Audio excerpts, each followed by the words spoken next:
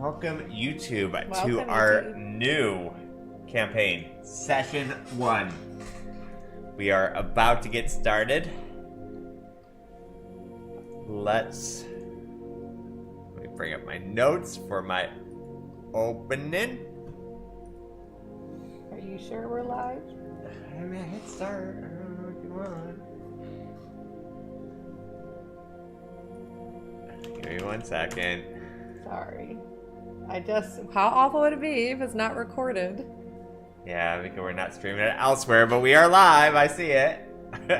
Welcome, Sassy. Okay, so let's bring it up. All right, here we go. 7 years ago, the gods fell silent. Not slain, not banished, just gone. No prayers answered, no vision granted, no miracles performed. Clerics found their power drained, paladins collapsed mid-battle and their oaths broken by silence, and temples crumbled into tombs, and hope withered like a flower in frost. In the absence of the divinity, something else rose, the Hollow Court. A cold empire built on necromancy and fear. They claimed order and offered stability, but their peace comes at a price of freedom and life itself. The skies are ash and the sun is dim. The dead do not rest. Magic, once wondrous, is outlawed, feared, and hunted. The people cling to survival in dying towns and cursed lands, praying to gods who no longer answer. And yet, whispers stir in the dark. Sparks remain. This is a world on the brink, and its shadows.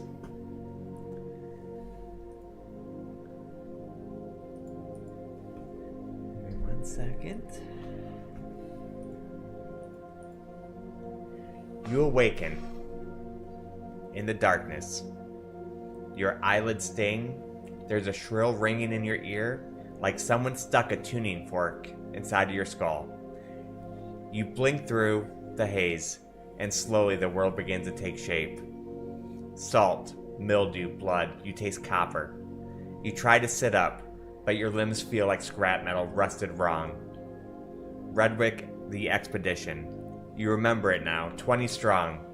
Sent south to the drowned reaches in search of a relic. Something left behind by Tavros, the unyielding current. You reached the temple and found the doors and heard the hum and then nothing. Your hand brushes something warm, yielding. You look down, a body dead. Eyes wide, mouth slack. Somebody you shared rations with, someone who was once part of your expedition. You jerk backwards and the pain blooms in your side, only to hit by another body, then another.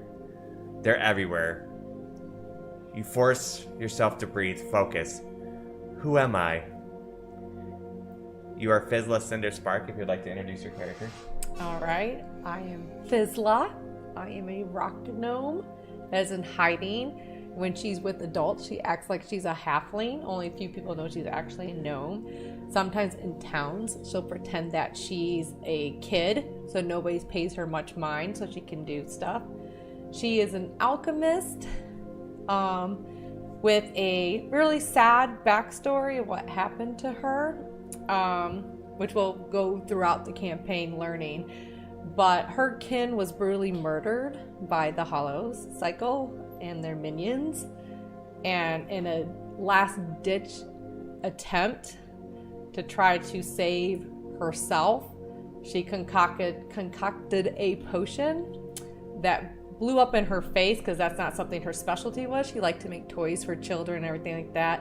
She ended up blowing up half her face, that scarred, and got collapsed into her own cavern, her laboratory.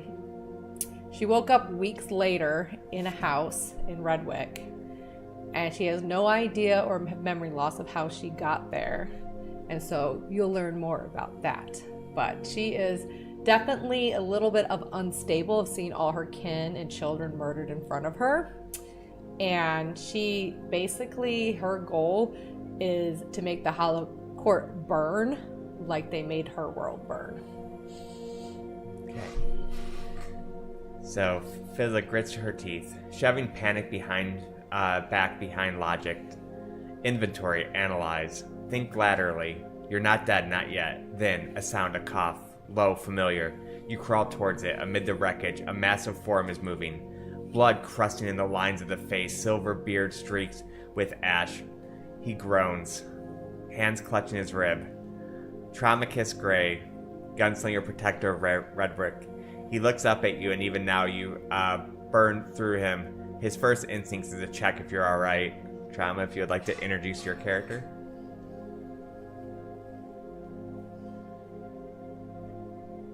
So I'm Traumacus. I'm a human gunslinger. My father is the mayor of the village. As with everybody's similar backstory, we lost family during the purge.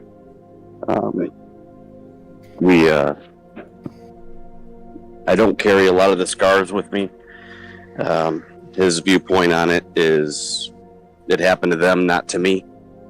So he tries to go through now and help bring a little bit of law and order to a place where they, kind of the last vestiges of where people can still survive and possibly thrive.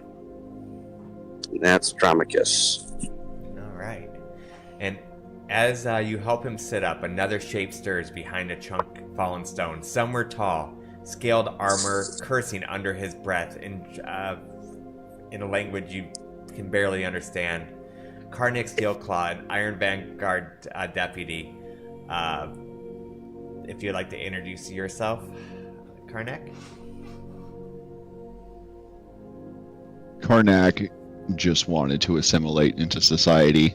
He came from the most dangerous places that he could think of and left it all behind when the Hollow Court took over. Not a whole lot of room for pirates when no one's out there sailing ships. He'll check his gun. Even if he can't feel it, he always looks for it, make sure it's still in his hands. And he'll slowly start working his way up off the ground. Trauma, can you mute Mike, please?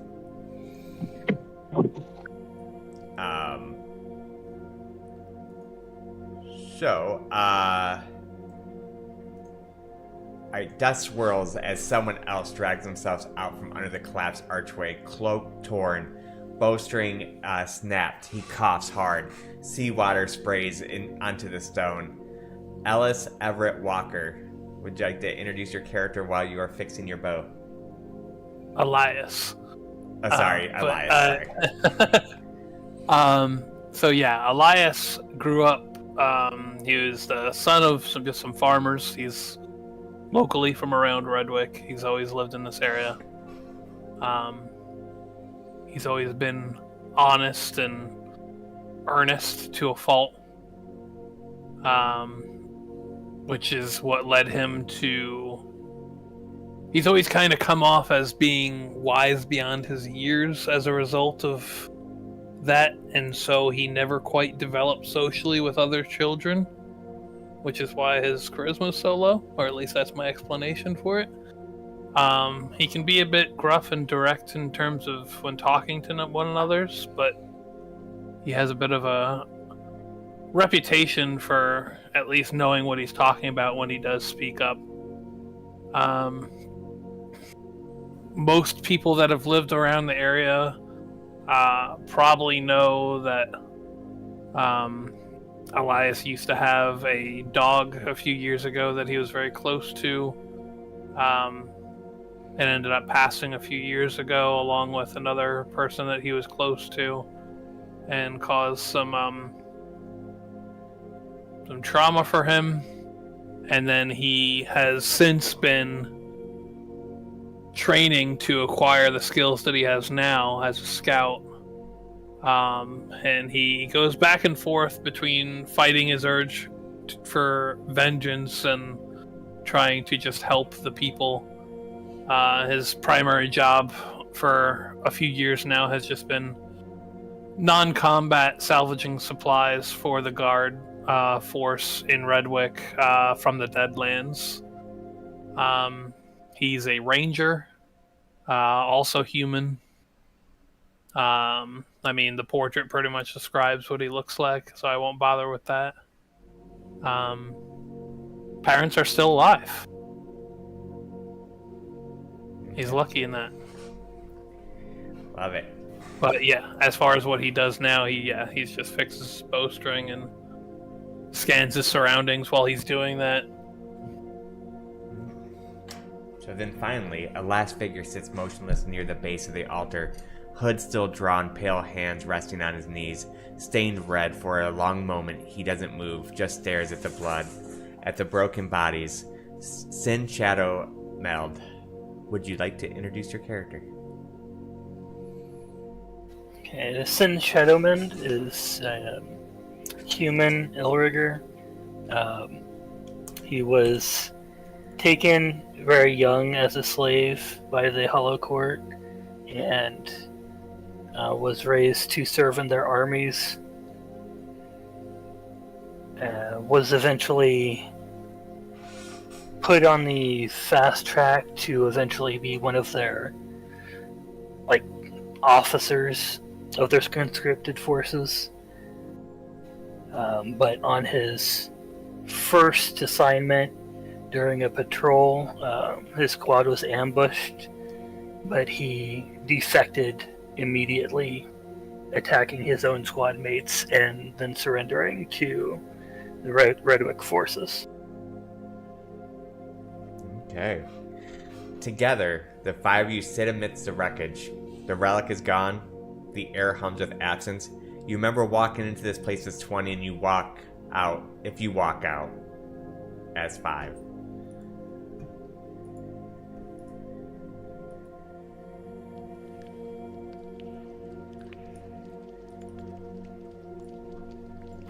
You wake. All you see is your comrades that you went out with, laid slain. Altar broken half, but the relic is missing. There's a dome-like above you, collapsed shrine. There's a little breach in the top of the dome that lets in the little bit of light. It's the only light, natural light that you see. Water pools at your ankle. It's about ankle height, and you notice that it does get deeper as you walk towards the altar. You can see that it looks like the altar got cracked. It looks like maybe from a magical surge of some sorts. And what do we do? Fizzla is basically going, oh no, oh no, oh no, oh no. They're all dead, they're all dead, they're all dead. And she's kind of doing medicine checks on the ones that she didn't see pop up of the 4. Go ahead and roll me a medicine. Oh no, First no. roll of the campaign. Oh no, oh no, oh no. Are you alive, mister? Are you alive?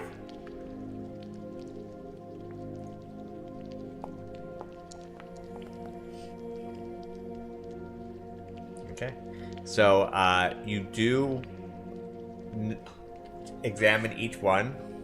They are all deceased.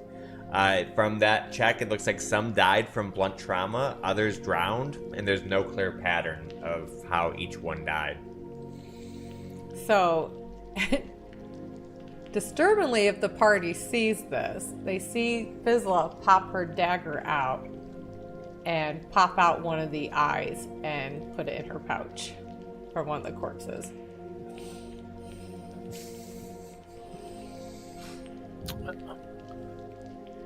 Well, Elias raises a brow at that. I don't even think Elias would be able to see it because it's dark.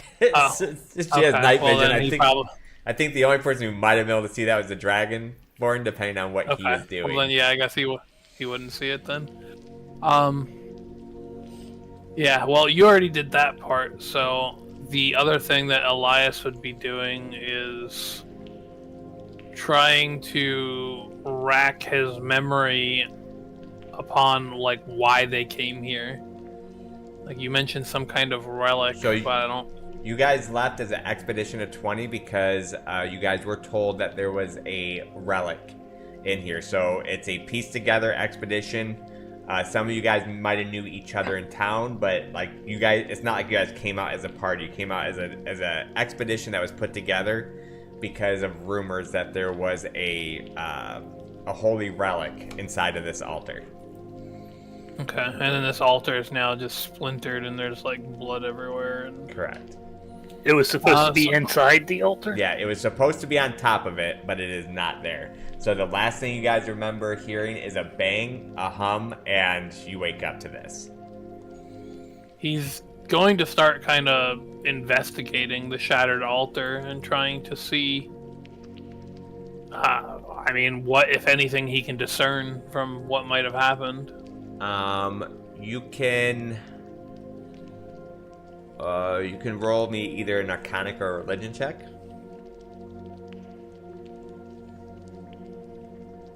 This ain't gonna go well. Alright, well... I'll say probably at disadvantage because you have no light. Oh, well.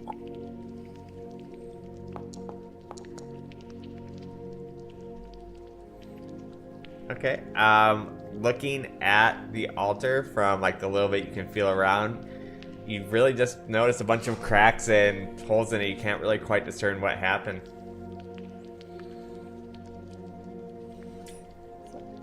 He'd shake his head and he'd say, I can't make out what happened here. Fizzla... Oh, you have game pause. Oh. Fizzla goes over to... Still paused. There we go. Shouldn't be. There you go. She goes over to the Dragonborn and has her dagger already out. And go... I think I think I'll if I just saw you pop that person's eyeball out and you see coming at me, I'll kind of like level my pistol at you and think, oh, I'm not dead yet. Oh, so sorry, mister, so sorry, but those scales would have made a really good potion. Okay. Well, my name's Fizzla. What's your name? Karnak. I'm sad to say this isn't the first time I've woken up off of the floor. Me neither. I don't After a crazy fight. Yeah. remember the last time, though. But man, there's so many dead. What do we do? The only thing we can do is keep going. And I'll work my way out to my feet and put my pistol away and take a look around for where we can go.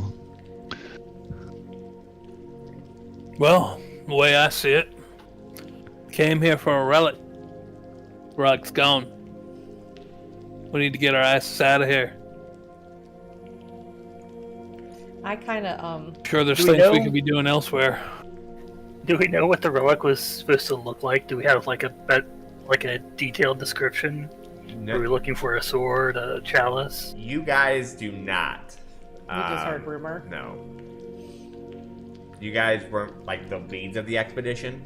You guys were just like kind of soldiers with it. Hey, how many like uses am I supposed to get out of a torch? I think it's an hour. Okay.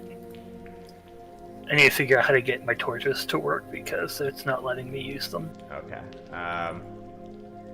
Let's see. Make sure it is.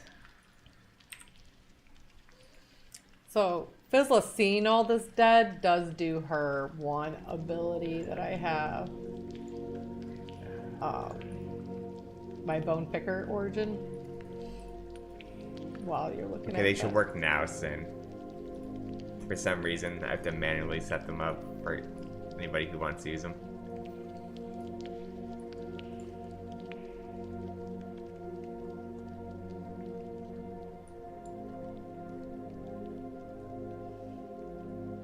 Okay, you're doing your bone picker thing? Yeah, once per day I can scavenge ruined gear or corpses for usable scraps worth 1d6 gold pieces. Okay, so you do find after rummaging through, you do find about 5 gold pieces.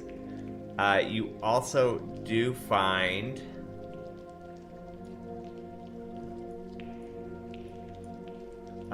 a satchel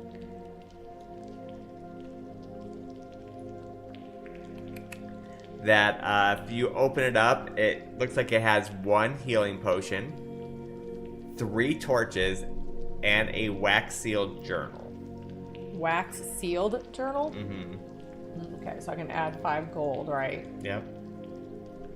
18 gold total now. And then, the torches she kind of just chucks to the rest of the party, be like, I have no problem seeing if you guys need this. The 3 torches.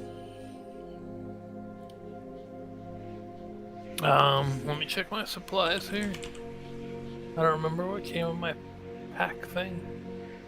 Apparently I got a lot of torches. So is that you revealing the hidden detail once per rest when I'm looting? Yeah. Yeah. Are we supposed to be hearing? Can I inspect the altar, or did Elias already do that? I'll let you do it. Is that the Two. wind or whispers? Just searching Arcana religion. Yeah, this like ambiance sound effect that you have going on, is that like, are we actually hearing that? You are. The whispers? Yeah. But you can't distill any language or anything I from started it. saying if your first roll would have been a 1, I was gonna laugh. So yeah, again, you just look and you really don't notice much. You probably wouldn't be hearing this much of them. Yeah. Okay. There we go. All right. So inside the journal, I freaking made one. I can't find it. I might just have to show you because it does have a picture of the relic that you guys. Oh, the wax journal I just found? Yeah. Did I find off of a certain body, or was it just... Yeah, it was in. It was on a body inside of the. It's pretty much like the only like bag that still looked like intact. Okay.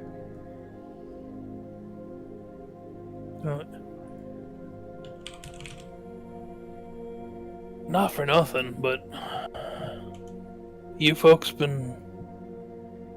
hear that? That whispering? I think thought... Karnak's, go ahead.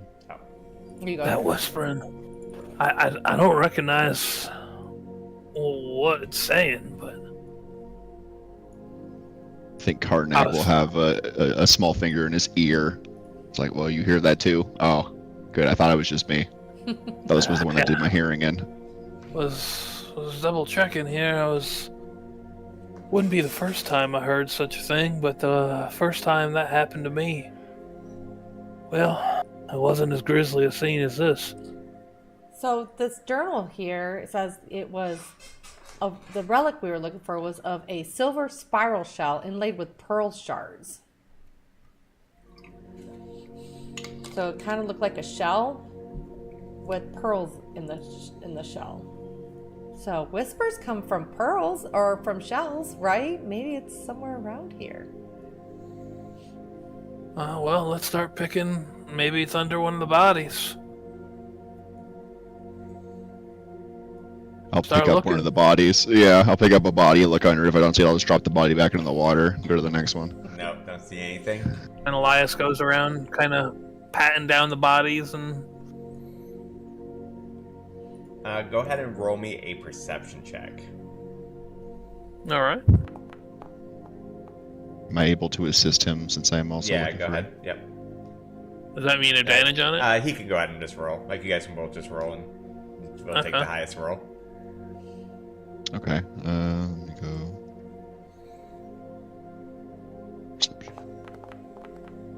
Hey. Okay. Nice. So yeah, after spending some time and looking under the bodies, you really don't find anything of use, but you do notice that there's only about 10 bodies and you guys went with 20 people. So it's 5 of you, so you realize that some bodies 5 seem to be bodies are missing. missing. Once that clicks, Elias is going to immediately start looking for tracks leaving the scene. Using the same perception roll, it'd be hard to see the tracks as it's pretty much all water that you notice leads out to a southern, partially collapsed hall. And there's water that leads all the way into the darkness. Okay, I thought I was going to be rolling survival for tracking. Yeah, I mean, but there's really nothing to track here because like under, like going out deeper, like it's going to like your knees and stuff, so you wouldn't really see Gotcha, okay. footprints or anything in the. So Fizzle looks around at everybody that's still alive, and she basically goes, "Well, it's just us, so we need to kind of trust each other. I know we don't know each other very well. We need to find our way out of this. I will not end like one of these dead bodies that's in front of us." And she kicks one of the dead bodies. I hear you, sister. Let me check this out real first. And then it looks like there's like a little bit of water around the altar. Yes, yeah. Actually, it's deeper Like- around the altar. But mixed with like blood. He's not gonna stick his hand in there. He's gonna take an arrow out of one of his quivers and just kind of like stick it in the water and holding the tail end of it and see if anything happens. Nope, nothing happens. Okay. You have a wet arrow. Yeah. Yeah. He's gonna kind of like swirl it around a little bit and agitate the water, see if he sees any activity, like response to the movement. So, doing that, you do notice, like, when you stop and you don't see anybody else, like, moving, you do see some movement in the water, but it doesn't look like it's from underneath you, but you do get a feeling that you're not alone. And I'm just kind of using that off the same perception check from Karnak. This is... I don't know, something ain't right. Something ain't right about this. I mean, that much is obvious, I suppose. Fizzla splashes through the water because trying to go up to Traumacus. And she looks up at him and she pokes him on the knee and is like, "Weren't you the one part leading this escapade here? What'd you get us into?"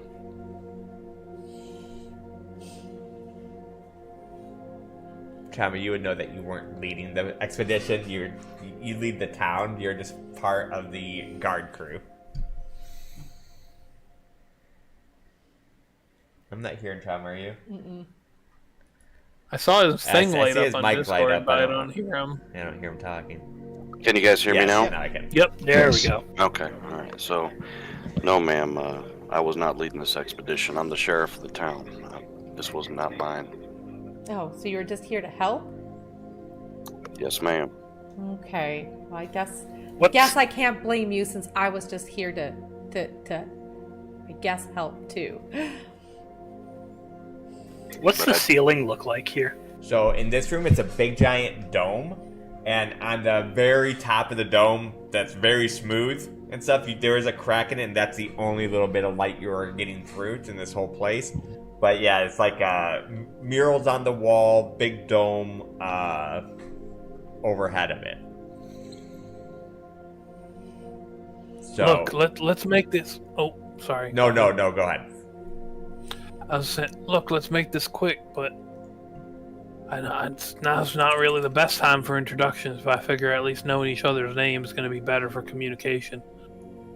Gods only know what's going to happen before we manage to make it back to Redwig. Well, I'll start. Name's Elias Walker. Elias Walker. You see her just kind of calculating that in her head. Got it. Call me Sin. Sin. My name is Traumacus Gray. Traumacus Gray. Got it.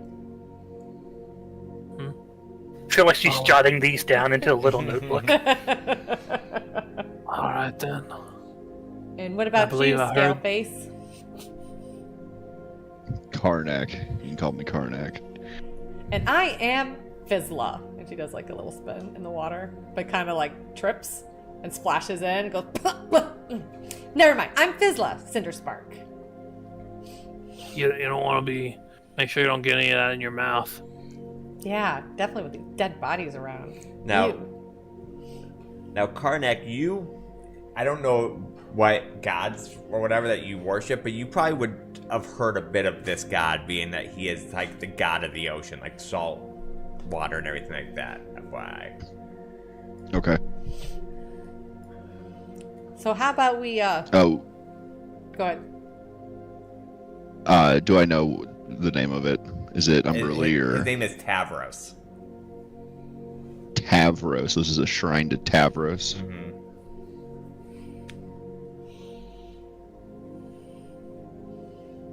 The god of the unyielding current. But does it really matter, Karnak? They're all dead anyways, or gone and left us with this stupid hollow cord. Well, maybe we just need to get out of here. So Well, I was never much of a believer myself, but I guess now there's reason to. But yeah, no treasure's worth us dying for it. We should see if anyone else made it out and work our way out of here.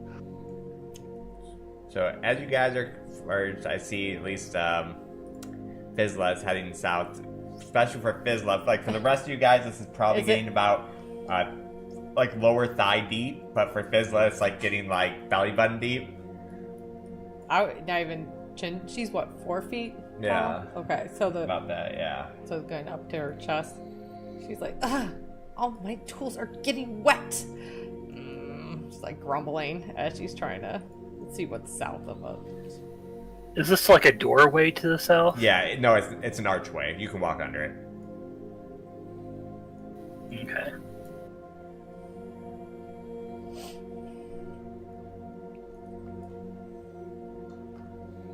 Is that a statue? Yes. So, what you guys see here is this is a statue of Tavros. You wade cautiously into the next chamber. The air here is colder and tighter, as if the room itself is holding its breath. Shelves once lined with scrolls and sacred artifacts have been scattered, their remains floating in waist-deep water. Muck coats the walls, mold creeps along the ceiling in tendrils. A lone statue of Tavros, half submerged and face cracked, standing watch over the room, and beneath the surface, something shifts. Beneath the surface? Mm-hmm.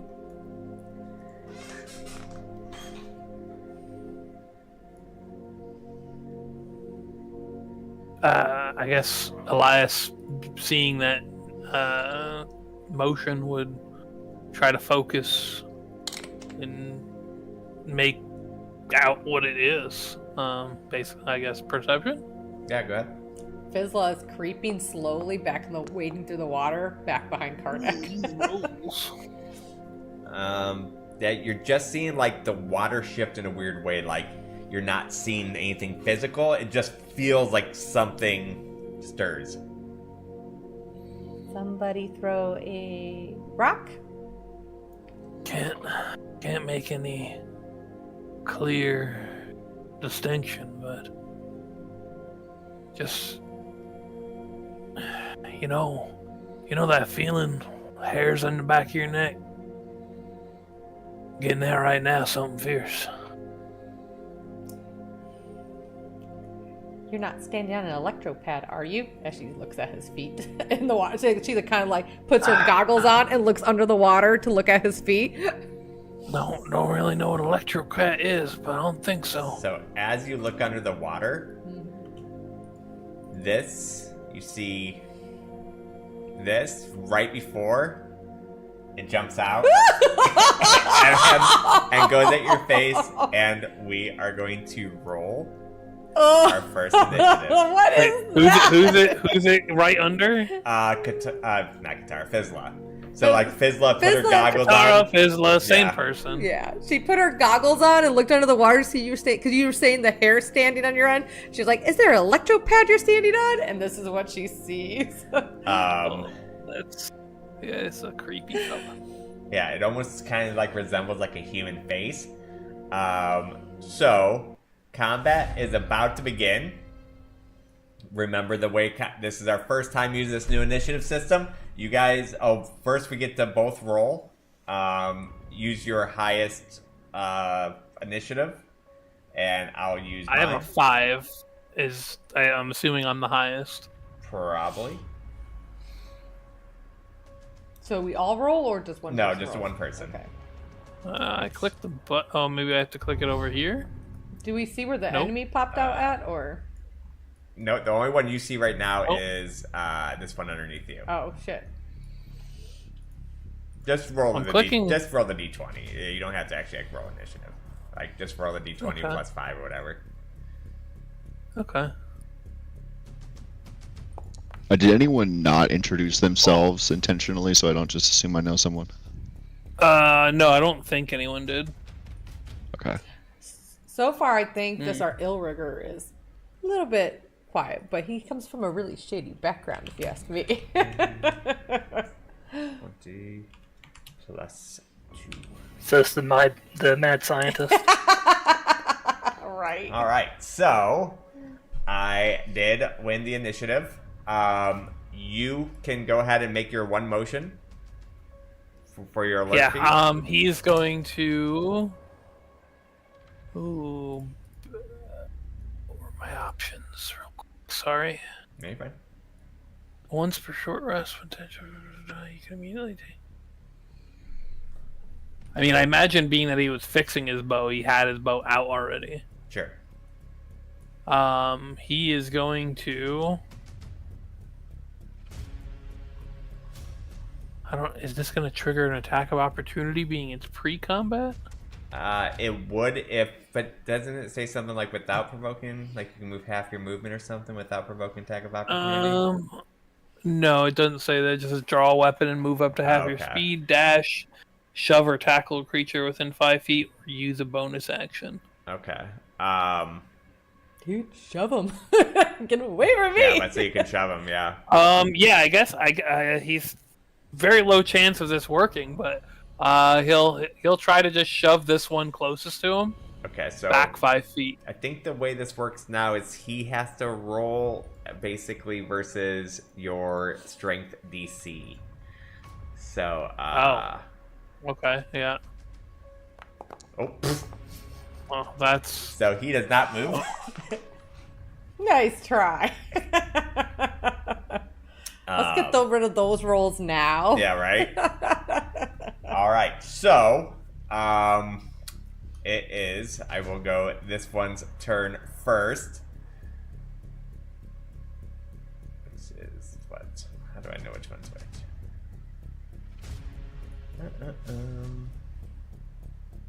Alright, so it is this one. Alright, so, going after Fizzla, as that's what it saw, it is going to do a gnashing mash, a melee. The creature swarms the space, doing necrotic damage. If the target is medium or smaller, they must succeed a DC check of 11 saving throw or go prone, as a grinner pulls on their legs and body. So that does connect, doing 2 points of damage. I need you to make me a strength saving throw. That wasn't one of my advantages. No. I have on intelligence, wisdom, and It's not strength. okay. There's no way a gnome has advantage on strength. Oh, wow. Nice roll, though. So you are able to maintain. So as these little gnashers come and they start biting at you, and like you do take a little bit of damage from it, crawling kind of like underneath like you trying like to get underneath your armor and trying to hit. So now I need you to roll me a saving throw, a wisdom saving throw. Wisdom. This is a DC 11. And that I get advantage on. Yes. So just roll it twice. Yes. Okay. I mean, that one was good enough to succeed. All right. So it is now one of your guys' turn. You guys can choose who goes.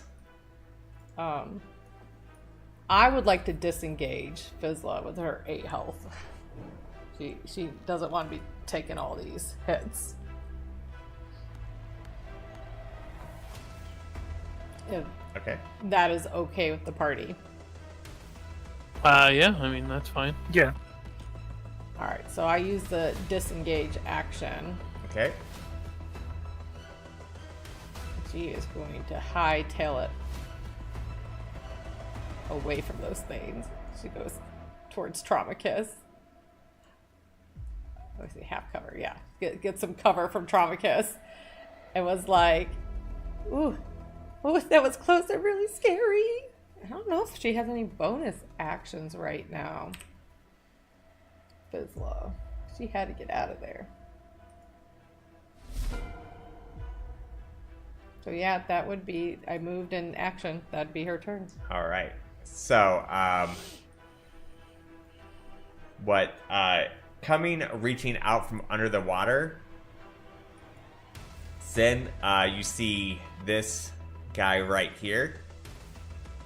What the hell was Oh, that? jeez. Oh. Yeah, he just like, you just see, first you're seeing a hand come out, and it's even hard to kind of see him because the water around him is just kind of like rotating, which for mechanic standpoints, he's lightly obscured, so any range attacks against him is at disadvantage, because like the water is just constantly like moving. He is going to reach out and try to attack. Oops, I guess a little closer. You move, attack, Sin. Really? Right. He does connect, and that's 1d8 plus 2. Is that asking you for something? Okay. Yeah, it was asking me for my ice mark reaction. Okay, don't worry about doing the Constitution saving throw. We're not doing that until 11. Or we're not doing that until 3. Because that's just too hard at this level. Alright, so... I didn't even see it pop up. It popped up in the window. So yeah, as it almost just catches you off guard, it comes up with its hand and reaches out and it grabs you. And as it grabs you, you feel like this like sting enter you, and that is its turn. It is now one of your all's turn. I can go. Okay. So you had talked about mastery for heavy pistols. I see that it's supposed to have a mastery property, but I don't see one. You said it was like grazing shot or something? Yeah, it should be on there. It's automatically on there. Oh, it does. Okay. Yeah. Well, in that case, is my pistol a single shot, or do I have a cylinder in It it? is single shot. Okay. I will pull out my firearm from my holster, and I'll level it at the one that's come up at our feet here, and take a shot at it. No. We are also using the rule that you do not fire at disadvantage at melee. Because of who you are, Okay. even though technically you don't have that subclass yet, but that would just be not fun. You said I found a potion of healing in the satchel too, right? You did. Okay, let's add that. Let's see. No uses on heavy pistol available to spend. So just go ahead and hit reload on it. We'll see. You obviously would have been reloaded. Let's put it in your inventory so it's easier to see. It can still be equipped. There you go.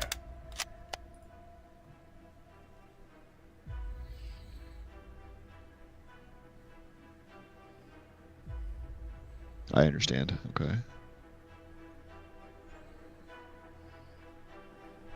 I heard the gun load. That was cool. Do you guys hear that? Yeah, they'll like. Yep. That was cool. Alright, so the gun does connect.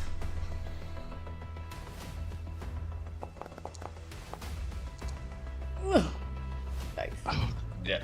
In the darkness of the cave, there will be a loud, like lightning flashes as this gun sounds out 300 feet, audible, bringing us a small daylight into this confined space for a small time. split second, poof, you guys see like a flash of light and like, yeah, almost like some ringing. But the water's good enough to like kind of muffle it a little bit, so it's not like deafening, but you do connect. You notice as you fire down at them, you know, the bullet probably goes through like 3 or 4 of them, and you just see like a few of them just, poof, and there's still some left, but you definitely feel like you took a good chunk out of them. Okay. And can I bonus action reload? Yep. Pistol reload. Slip in another very large shell into it and flip it back up into the locked position. And that'll be my turn. All right. So let me take away your turn here. All right. It is now this one's turn. It splashes out right at Elias's feet. Comes up, shares the same space with it, and it is going to attack.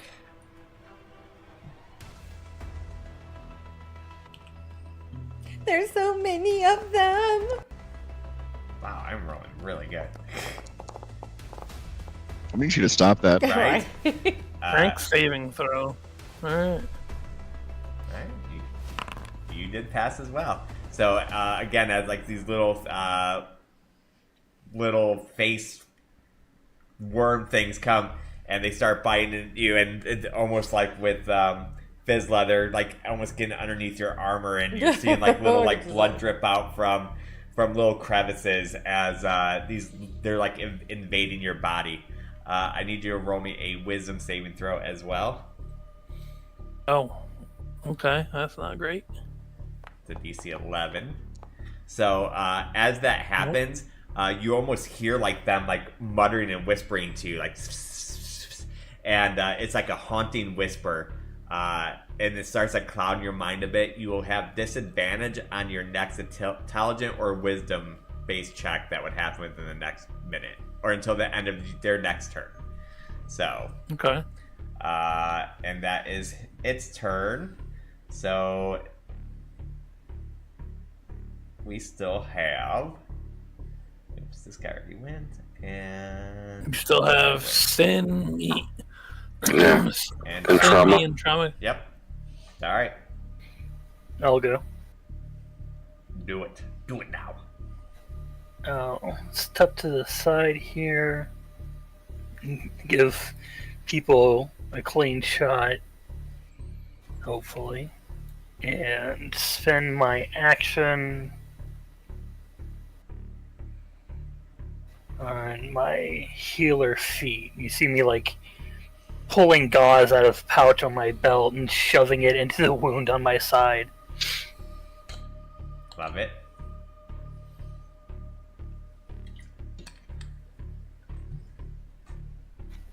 And I spend my hit dice to roll this, I think.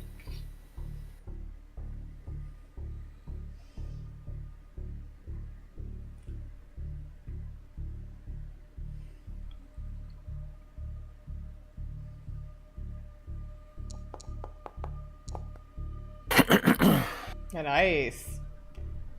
Nice heal. Could have been better. Then I call out to Trauma Kiss to shoot this bastard. Alright, so I guess, are you done with Sin? Well, no. So this won't be your turn yet, Trauma. Basically, Sin has this ability that he can like order somebody to do something like once every short rest. So he's telling you to go ahead and shoot this guy right here. So just Damn right. Yeah, take it. It's kind of like how my It does order cleric was. Kind of, yeah. It does use both players' reaction, so like neither player will have their reaction until their next turn. But that's pretty good. Alright. So is it my turn now then, or? Well, you go ahead and take your shot as part of Sin's turn still. Okay. Oh, okay. So Traumacus reaches to his sides, takes out both of his pistols, like from underneath his duster, cocks a hammer back, and takes his shot. So do I gotta do both revolvers? So for this, it's just the one. Now on your turn, it will be both Okay. yours, but for this, it'll just be the one. Okay.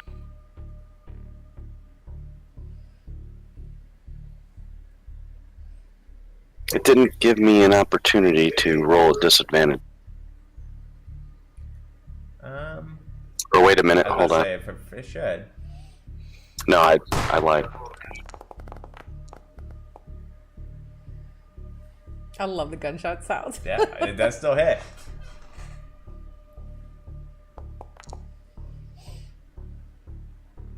So as he's like ordered to shoot, takes one revolver shot, and even with the water spray like around and traveling around this guy, it still manages to make purchase.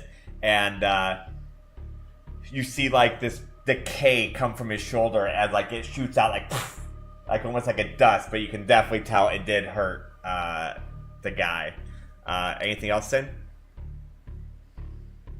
That's it. Okay, so now it'd be either Trauma or Elias's turn. I'll go ahead and finish Oh, out. don't you Okay. have a turn? Nope, I'm done. No, you're done? Okay, that works. Alright, so while one barrel is still freshly smoking, Trauma reels back the hammer again and takes a shot. So now this one you're gonna do The same both one. shots. Both guns. Okay. But I gotta do it separately, correct? correct. There's not- okay. Yeah. I did label your guns left and right, so you'll know which one's which. Yeah. Okay. Oh, alright. Second.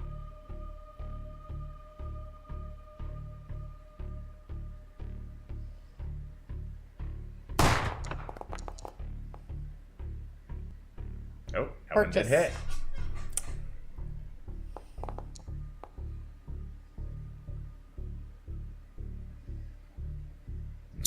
Alright, and then that.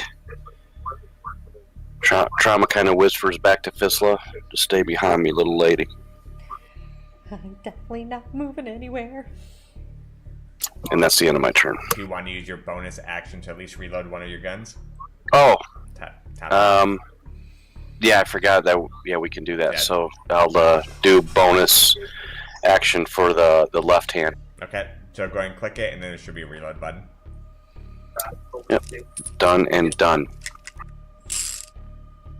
All right. All right. So Elias, your turn. Alright, so Elias is going to... Now, a bow is a two-handed weapon, but I imagine... It's not like it's a super heavy thing. No. So can I just let one hand off the bow go and just hold it in my one hand while I draw my sword to attack one of these things in melee? Sure. Okay. Yeah, He's going to... You just won't get the nick property for it. Right, because I won't have the other weapon Correct. drawn. All right, let's make it 2.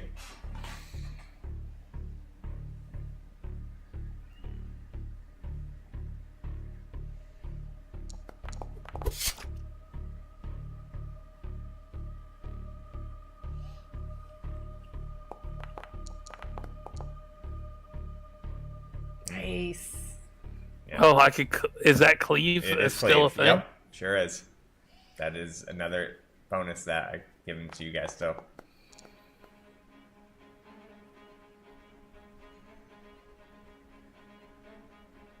Hey. Yeah, so you get Brad's pretty much see Elias bring his scimitar through the water and like waves through it, and as he's cutting through it, you're almost seeing like blood pools like come up into the water, and he's like almost doing like a whirlpool motion with his blade still in, and does like a circle attack, and then behind him also doing the follow through again, like you see like little blood come up, and he does make purchase of the second one as well.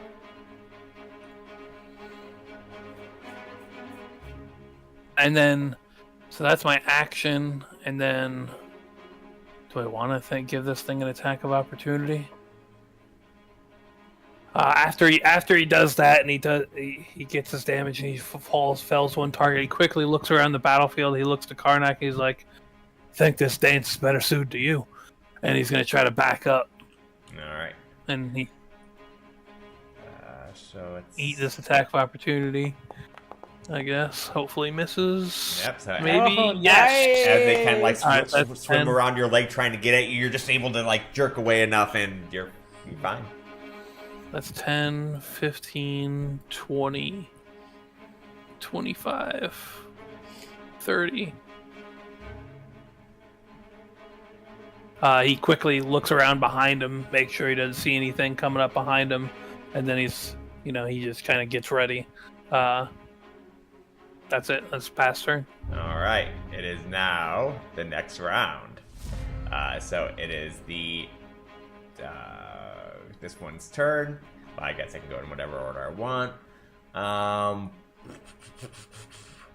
Yeah, I'll have the drowned acolyte reach over towards Sin as he sees like the light of the torch, and he's whispering like nasty things. And then actually he turns away from you as he is whispering, and he does a choking wave around him. So actually I think it might only hit you. Well, I guess I'd have moved then. Hold on. Trying to play smarter. Alright, so he comes over here, and around him, as the water comes, it almost gets like corrupted, and you guys start like there's like this dense choke.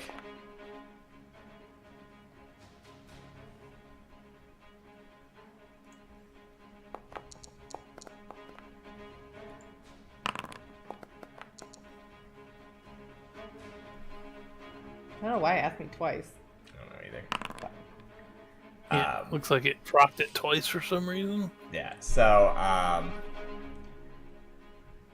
as you guys like start choking, each creature that's in the area must succeed the DC saving throw, which I think everyone did, but Sin? A Sin and Trauma. I thought I did. Hold on, let me try it again. No. You just failed it. You succeeded. Wait, no, because first you succeeded it, but for some reason it's making you guys roll twice. Okay, so I'll just go with. Yeah. I'll just say you all succeeded because for some reason it made you guys all roll twice. So I must say 20, son. yeah. So let me take the damage away from this one. Is Tronicus encumbered? Yes. I shouldn't be. I fired 3 bullets. I was over by 3 bullets. That's right, you were over by 3 bullets.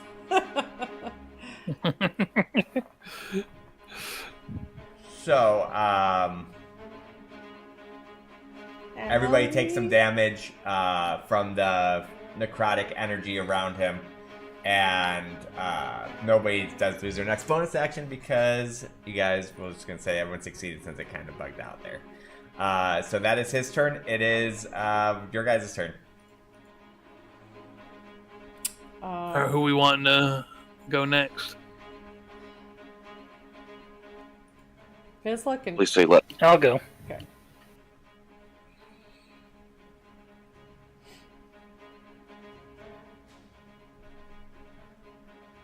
Take a swing at this asshole. For some reason, Okay, it keeps so on saying that we're It's using our because we're react. doing a different system, so technically it's Gotcha. not your turn type thing, but yeah. Well, I could probably actually kind of fix that. Nice roll. Your longsword attacks are at -2 right now. Oof. Oh, that needs fixed. Oh, we're not going off your charisma, are we? At the moment. No, it's not.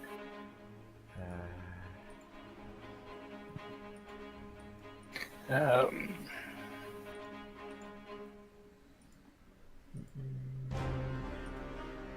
Oh, right, wasn't that a thing in this one as well? Where if you roll like over the AC by a certain amount, you get like. No, that's for like checks, like saving okay. throws or like skill checks.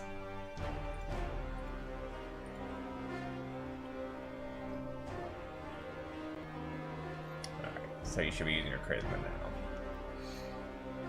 now. So what? So what would the damage be then?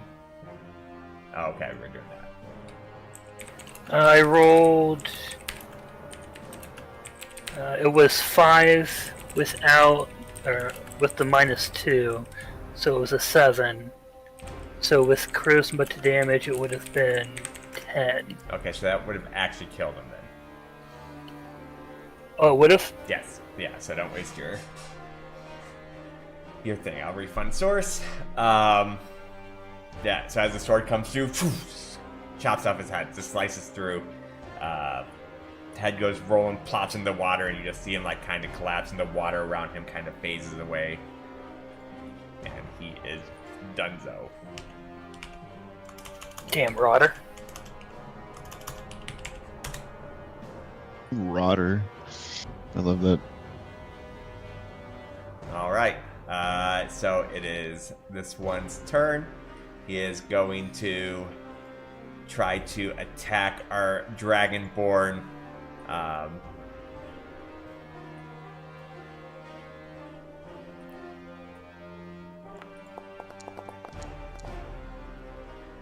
Able just to kind of use his shield to block it off as it's like trying to crawl up him and like kind of knocking it off with the butt of his pistol. Taking his shield, knocking another one off, and they weren't able to infiltrate his ability. Alright, so who is next? Not that Fizzle's next, but Traumacus Gray does hear behind him Fizzle like talking to her potion and saying, I know, but we're surrounded by water. You'll do absolutely nothing. I can't make things burn in here. And then she like tucks it back in. Alright, so who's I'm next? just kind of raises an eyebrow. I'll go. Okay. Here, before you go, let me try to see if I can start doing this and setting active combat to see if it doesn't take reactions. Alright, go for it. Okay, so Trauma with his 2 revolvers still out. Takes back the hammer, takes aim.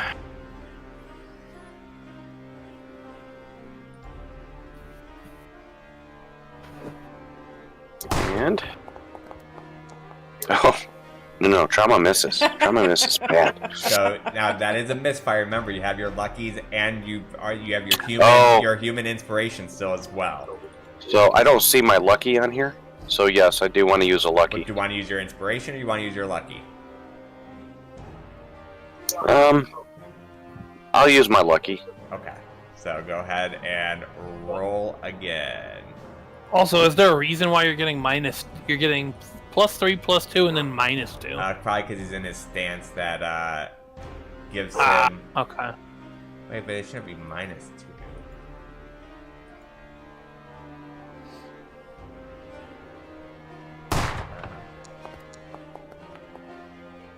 That's a hit. There you go. All right.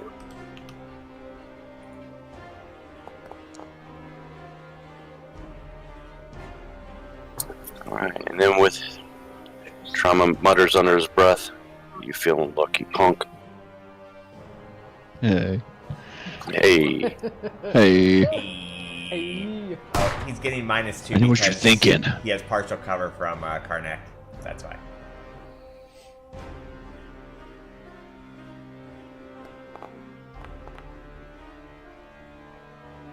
All right.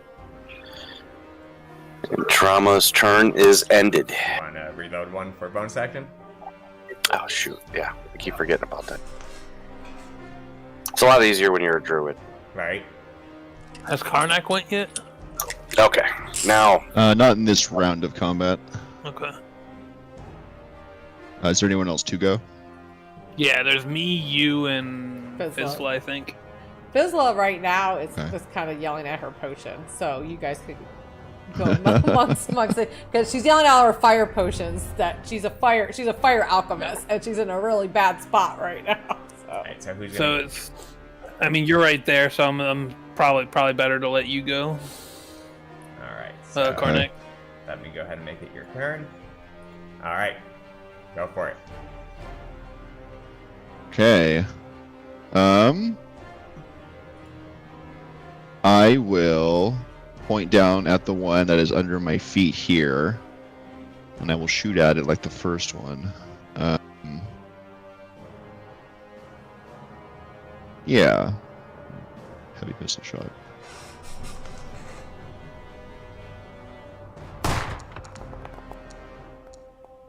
Still connects. Okay.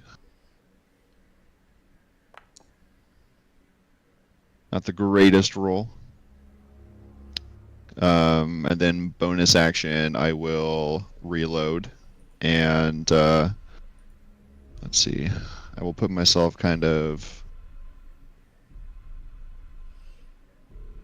myself out of the way a little bit so I'm not within melee, but give him line of sight. And then I will end my turn there. All right. All right. I guess Elias will rush back in and try to finish it off.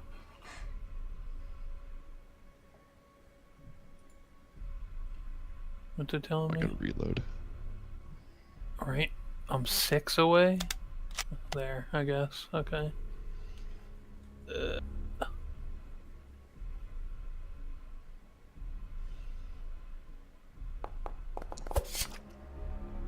Oh, well, that was a pretty shit attack roll. You just have your human inspiration.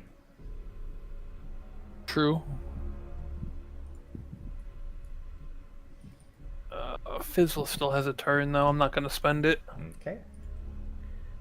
Anything with your bonus?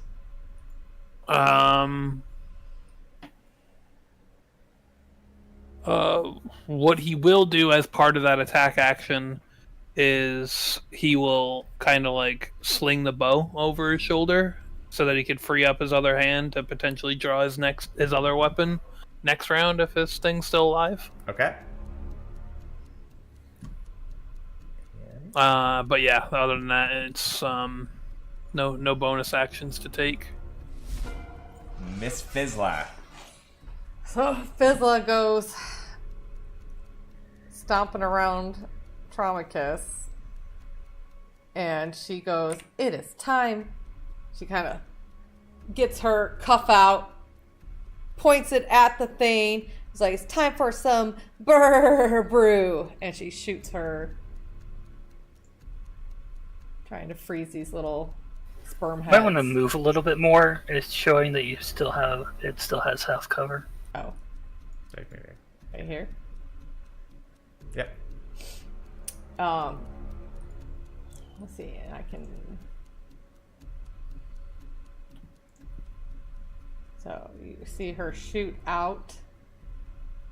You see kind of like the thing on her cuff goes like starts cranking, almost like a steampunk look, and you go, and it kind of fills like the tube. You see the blue potion start going through all the tubes, and you all of a sudden see this a ray of frost come out. Well, that's cool. So it's not a spell. You're basically seeing her contraption creates this as an ice, like an ice frost thing that goes out.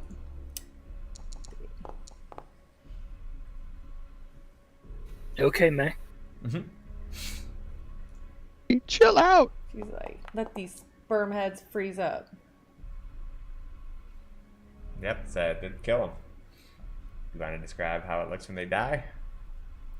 Basically, you see, because they're all wet and everything like that and stuff like that, you kind of see them all just kind of freeze up from the cold, and then they just shatter. Love it.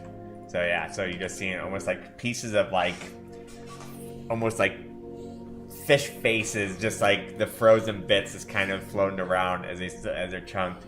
And combat is over. You guys look around. You don't see any immediate threat at the moment. You're just in front of the statue with a half collapsed reliquary shelf wall, tilted statue, and a bunch of floating debris around. What was the god's name again? Tavros? Tavros, man, his temples aren't very nice, is it? I go to the party. Is there anything for me to scavenge, like to scavenge from these corpses? Or they just kind of dissipated? Yeah, I mean, they're just like dust. Like, yeah, it's not like part of your thing where they wouldn't have For gold ingredients. on them. Okay. No, that can only use once per long rest. I'm saying the ingredients. No, not really. Okay. Search for ingredients. Sen searches the body of the humanoid one because I think he saw something it was wearing. Yeah, I mean, he was wearing like a chain. Some kind of necklace or amulet. It looks pretty rusted. You can take it if you'd like. You don't know if it'd really be worth anything, but if you want to check it out, you can. Yeah, I'll pick it up off him. Okay. Because the shape looked familiar. Now, with the journal, is there anything else in it besides the picture? That was it. That was it. That was left. Of the journal. Yes. Okay, that's all I could make out. Yeah. All right. So, what are we doing? Okay, so I take it this thing isn't the silver. I look at the silver shell. I look at the parties. How is everybody feeling after that? That kind of hurt. Definitely hurt. I could use a short rest if we were okay spending it here. Well, we can like hide in the bodies upstairs or up above us. Maybe they think they're all dead anyways, and take a rest.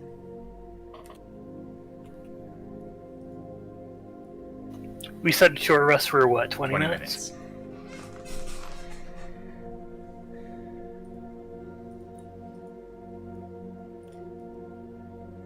So we're doing the rest here.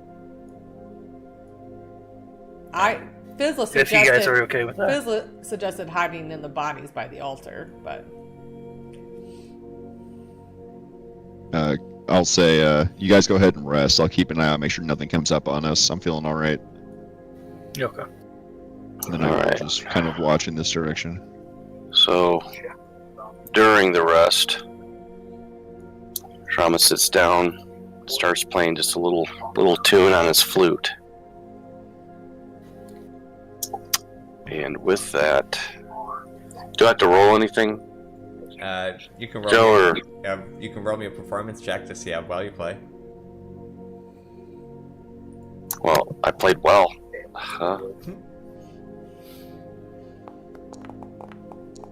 Not that well. But it's still good enough to inspire. It's but not it was, letting me actually use the short rest. It was like, okay, this guy could use a little work, but yeah, you still get your thing. Okay, so let me see here. Let me see.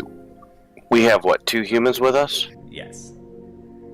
Okay, so our gnome, and I forget what Marshall is. Karnak. Dragonborn. Dragonborn. Dragon. You get 1 inspiration. So we no longer get them on the start of Nope. the session? No, No. because it would Okay. it would nerf humans and stuff, because like that's like one of their benefits. For sure.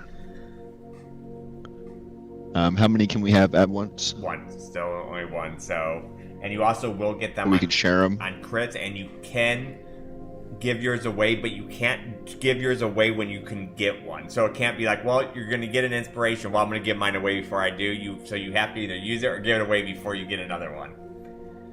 I understand. Elias is going to also kind of hang out with Karnak and not rest. Because I only got 1 hit dice to spend, and he's still got most of his hit points.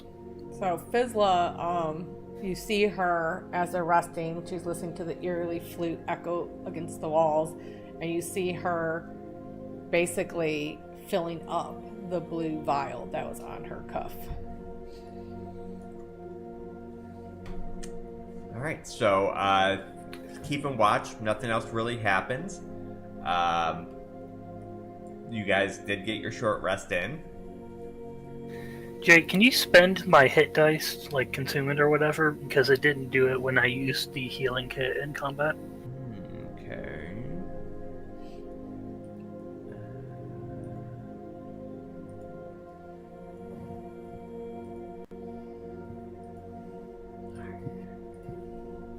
Fizzle's like, just like the gods to leave us and then give us their little spoiled, rotten, creepy things to attack us.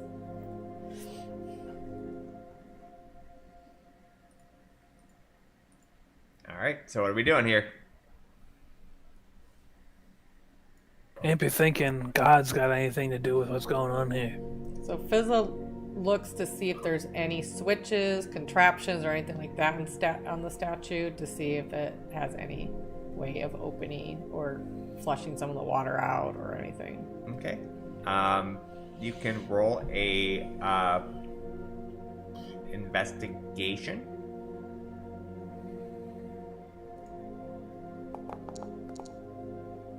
Is this over here just a wall? Yeah. Yeah, I was just curious because of the gap in the shells and stuff. I mean, you can search if you'd like. Okay, now you said these are shelves, these things with the like 3 rings on top? Yeah. Okay. So. No, you what? Investigation? No, it'd be. Would it be because you're investigating the wall? Yeah, I guess it'd be Perception. investigation. Yeah, it'd be investigation since you're going. I'd rather roll perception. Oh, Somehow, some way, my hit dice got spent even though I didn't use it. Well, maybe you shouldn't have used it. We'll fix it.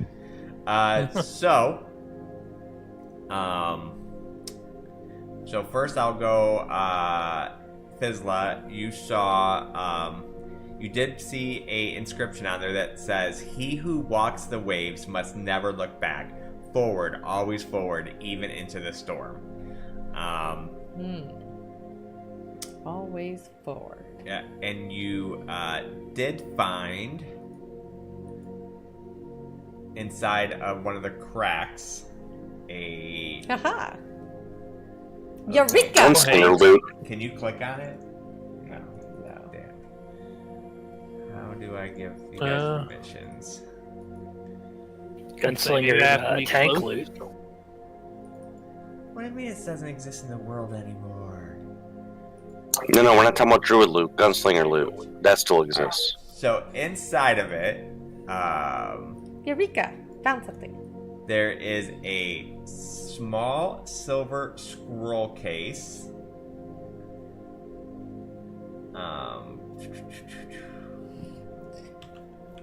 So are they seeing, since they're looking at other stuff and everything, do they see her take this at all? Out of the statue? Probably not. I mean, I guess it'd be, yeah, probably not really.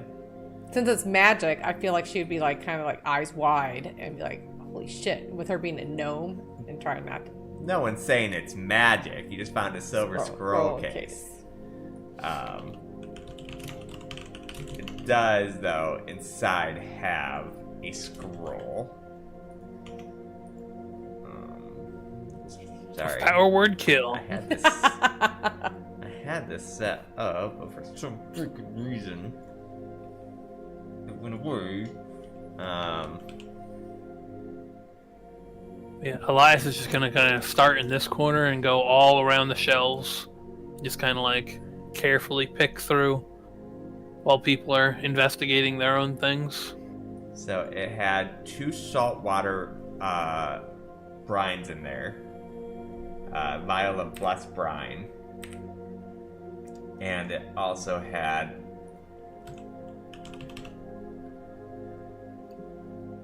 Those are ingredients. no. It basically works like holy water. Oh, vial of blessed brine. Oops. Okay.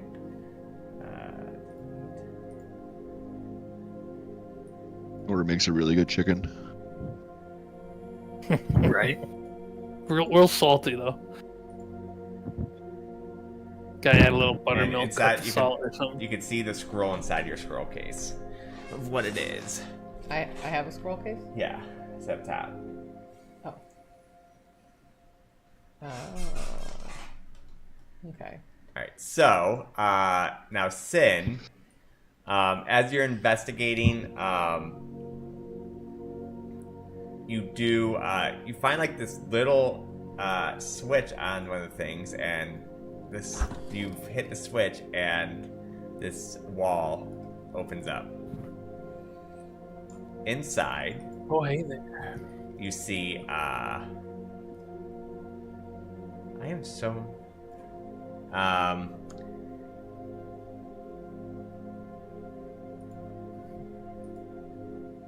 you see like a blue light on a pedestal. You crawl through a narrow breach into the wall, barely wide enough to even pass, but you emerge into a low hexagonal chamber. The air here is still dry, and the scent of salt and rot gives way to old incense and parchment. Along the wall are stone alcoves, each bearing urns, small offerings, and other skeletal remains of robed figures locked in a seat repose. A single ghost light hovers on the central pedestal, blue, faint, and pulsing like a heartbeat. Ooh, be careful, the other altar blew up. So as you step closer, the ghost light flickers and suddenly takes shape into a pale, translucent gnome. A flowing priestly garb, seated cross-legged mid-air, eyes glowing with tide pools, and his voice echoes without lips moving. He said it was time to drown, that we had run out of shores to flee to, but I stayed. I held the flame, even as the tide rotted. Oh, it's like when the god was dying. So it's as a gnome? It's a gnome. I do not have vision on my character, so I don't think I could see anything in the shadows.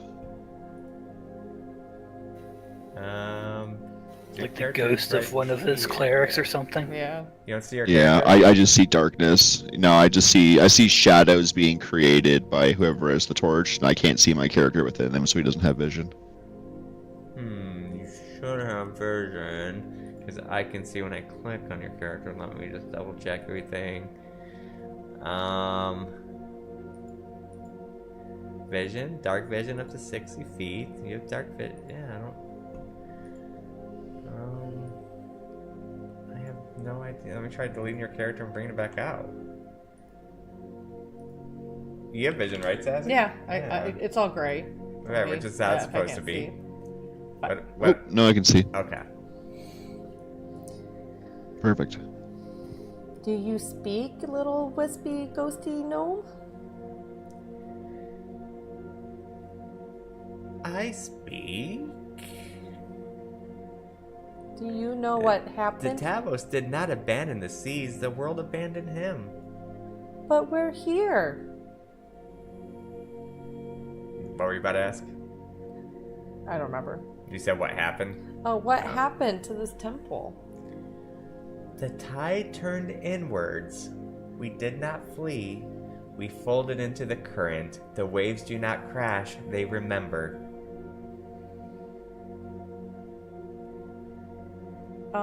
Do you know this relic? As she shows the picture of the journal. A promise unkept, a song that only the drowned still hear. It does not grant, it gathers. It gathers. Gathers what? The drowned are not angry, they are faithful. The relic songs are sang to them, it sings still. It sings still, so it exists.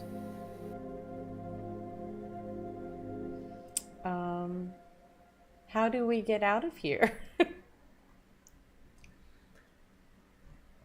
All of a sudden,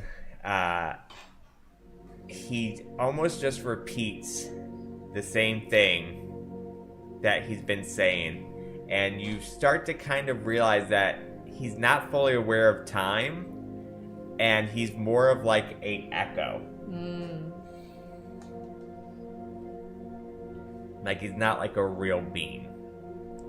Echoes of Perhaps some kind of image, priest or something set up yeah. to say something Maybe there's a telekinesis prompter somewhere. predetermined.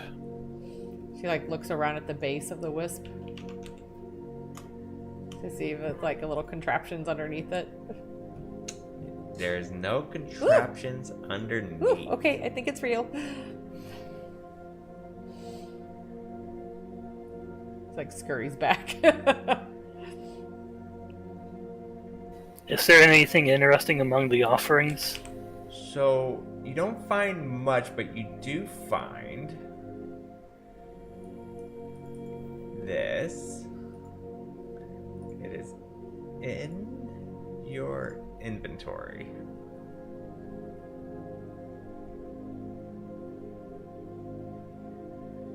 Oh, hey, a map. Oh, nice.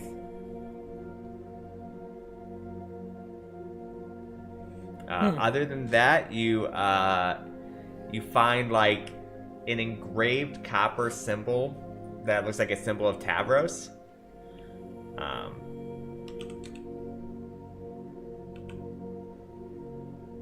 will put that in your inventory as well.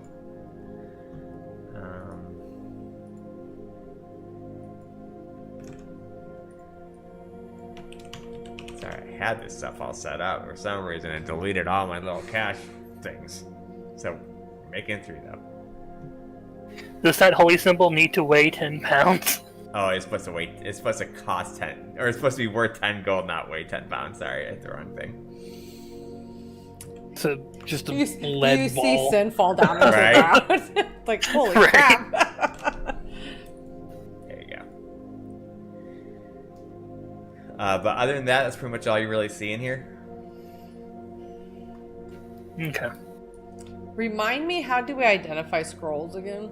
You have to take like 10 minutes, and you have to, or was it an hour? I think it was an hour per level of the spell, and then you have to pass an Arcana check for each hour to equal the spell. Okay. Something she would not do right now. But King, along those shelves, it all looks waterlogged and ruined, other than like what I guess you probably didn't even see what Fizzla grabbed, but yeah, it all looks just like ruined. Papers floating in the water, wood, books that you pick up and they almost just fall apart as you pick them up, like they're damp and sea waterlogged and everything. Okay. Don't think anything salvageable. Not on the shelves, at least. So as you enter this room, the corridor stretches ahead, long and uneven. Cracked mosaics of ships and storms, lashed waves lines the wall, barely visible beneath the layers of barnacle and slime. The floors dip at irregular angles, and the sound of dripping waters echoes unnaturally, as if the hall itself is breathing. A thin mist curls near your feet, and something about the air feels watched.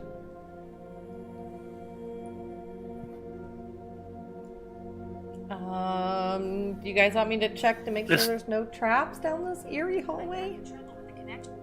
Feel free. Is the water shallow here? Shallow-ish, yeah. It's probably about ankle deep. It probably gets to about right here. So knee deep for me. It says about 1 foot deep. Is there a way for me to try to discern if there's any traps at all down this hallway? Roll of perception. Yep. Elias can assist her. Okay. Roll with advantage. Like both you guys are kind of going along the walls, kind of looking around, looking kind of at the water. Oops, did they give me an option for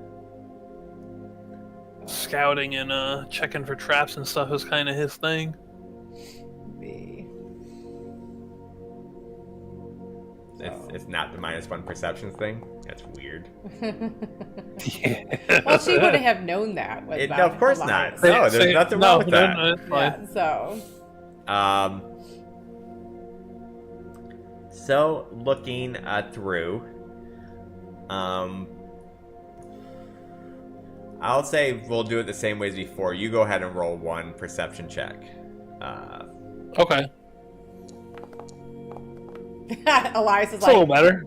crazy alchemist, let me do this. Yeah. So, as Fizzla is, searching a wall and like you're searching the other wall, you find a a locket. It's like a silver locket. You open it up, and it contains a tiny painted image of a woman with sea blue eyes. And you also find a scroll.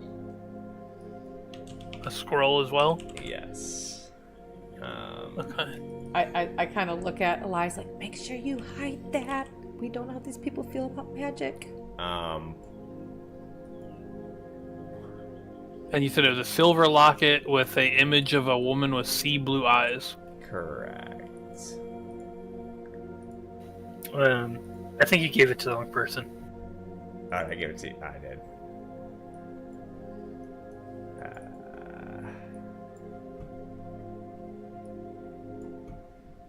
Alright, and then I'll add the silver locket. I had this all made. Silver I feel like there was something. locket. Alright. But yeah, so that's what you find in there. As you walk through, you feel like the room is quiet. It's not still, but it's quiet. There's like these beautiful murals on the wall. Walking in like mosaic, they depict sailors walking willingly into the wave shaped like spiral, the symbol of Tavros. You did also find a little journal that it's barely readable. The only thing that you can read in the journal, it says, "It wasn't meant to be taken. The tide has turned and the relic hears the dead." But that's like all you can discern from it. It's barely legible. The tide has what? The tide has turned. The relic hears the dead.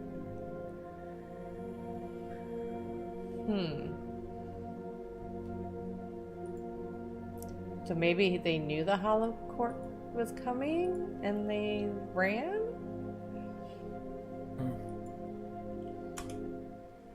You know, not really one to be poetic, but almost feels like the tide is a metaphor for, Oh, shit. well, the undead. All the undead that just came and... Sin, did you lose your torch? Oh, it's been an hour. I'm like, wow, it got dark on my screen. I think you're right. I think there's a lot of metaphor in this temple of the horrible things that have happened.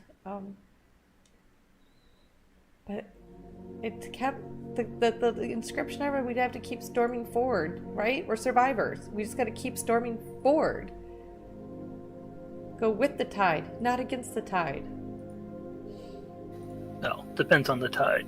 But someone might want to check this door. Do we have anybody who specializes in this? I can check it with my Fizzletronic gadgetizer here. She takes out her tools. Trauma takes a step back.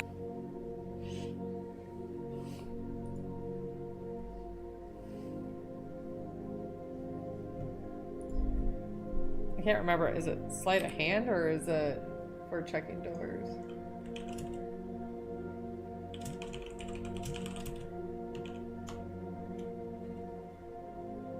Hold on. Yeah, that's fine.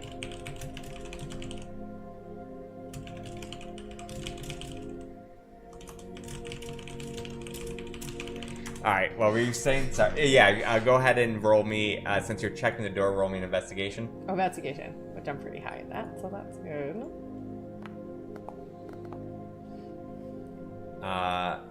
So, putting your hand over the door, searching like every nook and cranny, putting your like goggles on and, you know, taking a look. You don't see anything wrong with the door. Nothing seems wrong with the door, but I'm not opening it. She goes back. Alright, so Trauma kind of looks back, looks at the door, kind of touches the doorknob, jiggles it. Do I feel anything odd about it? Nope. feels unlocked. Alright, so Trauma opens the door. Alright, so the next chamber opens into a wide circular basin. Once a sacred well, its marble edges are cracked and veined with rot. The water glows faintly, not with holiness, but with something wrong, like an algae feeding on memory. Broken offering bowls litter the perimeter, and the ancient prayer flags cling to the walls and tattered. Something moves in the water. You see this looks like almost like a water elemental. You can tell he senses you, and he's watching. He's just watching? At this moment. Does anybody, I don't know. Fizzle's like, he looks creepy to me. Trauma looks back. Anybody have any ideas of what to do about this? The holy brine water might be useful here. Do we know if he's aggressive? Elias looks around for like any kind of like just small rock or pebble that might be under the water at their feet. There's plenty of them. And if he finds one, he just kind of like doesn't throw it at the creature, but he just kind of like skips it by over here. Yeah, skips it on the water. Is it a flat stone? And just kind of like sees what the creature does. He didn't even throw it at the water because he didn't want to make it seem like he was trying to threaten the creature. He just kind of like throws it to like skitter off this way and see if the creature reacts at all. Let's see. I want you to roll me a straight 1d20, and I want to see how he reacts to that. Because I mean, you can easily take that aggressively, no matter how you do it. Yeah. Yeah. So as you throw it, just the motion alone of like going to throw it, you see like this water trident fling out, and we're gonna go to initiative. Well. Oops. Trauma looks back. Sounds about right.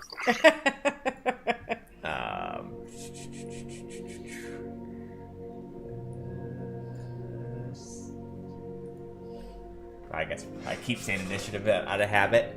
Oh, I guess we are technically rolling initiative. So go ahead and roll me your best initiative. That's probably me again.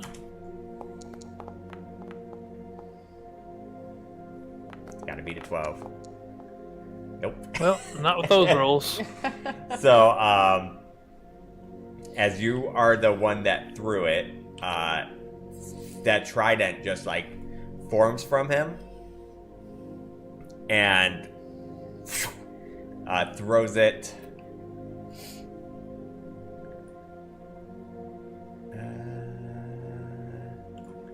Oh, that's why. Hopefully I got some cover. There's a lot of people in front of me. Begin combat. There we go. All right. So it's set as active combatant. Yes. Throw. Advantage? Damn. You shouldn't have advantage.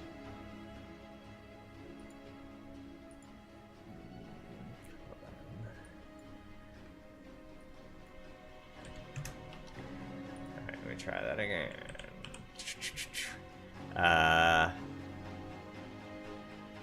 Crap spear.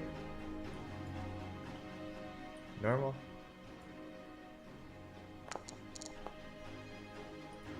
Yeah, so as the spear just forms, throwing it at you, like you're able to see like very last second of it coming at you, and you're able to dodge, and it hits the wall, and it doesn't hit with any kind of physicalness. It just kind of splashes in. It is your guys' turn. Oh. You know, Elias has something for a situation like this that might help us. It might be best if I take the first turn. You're not gonna throw another rock at him, are you? No, he's going to use his bonus action to use one of his freebie hunter marks. Okay. Yeah, that's right. I didn't get that. And to you. then, Go ahead. actually, I don't know if I have that yet, actually. That might be when I get level 3. Yeah, I don't know if I know the weaknesses yet. You have 2 of them. Oh, No, wait. yeah, no, I know I have hunter's mark, but the thing that I was going to cast that for, in particular, was the no weaknesses Oh, feature. yeah, But I think I get that at hunter. That's 3, yeah. Which is level 3. But it is what it is, I suppose. He'll still do it. And then he will use, I guess, action and bonus action to put away both weapons, and then next turn he can get his bow out and start pewing. Okay. Alright, whose turn now? Well, Fizzla being Or actually, he can't use his bonus action to put the other one away because he used the bonus action to cast Hunter's Mark. Right. Fizzla being Fizzla's like, you're gonna throw shit at us, and she just screams and throws the vial of blessed blight. Here's a little present from your god Tavros, and she throws the vial of blessed brine at the And No, go ahead.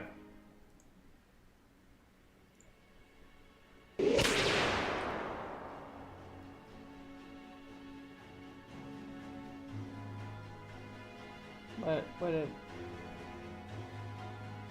so it's Oh shit! Yeah, it's supposed to purify it, causing minor undead repel. So you can and basically refresh. you're turning it. Huh? You're trying to turn it is what's happening. Is that what it is? Yeah. Okay. So as you throw the brine at it, roll, or I have to roll to see if I get turned. I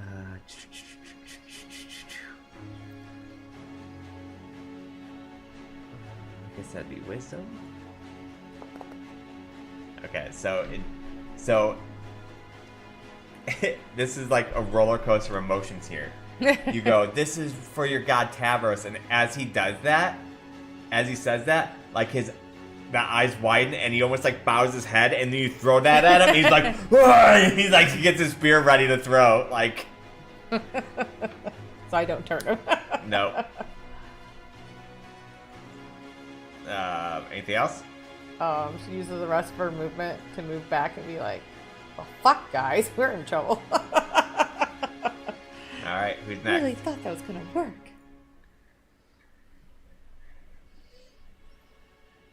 Karnak, I can go next.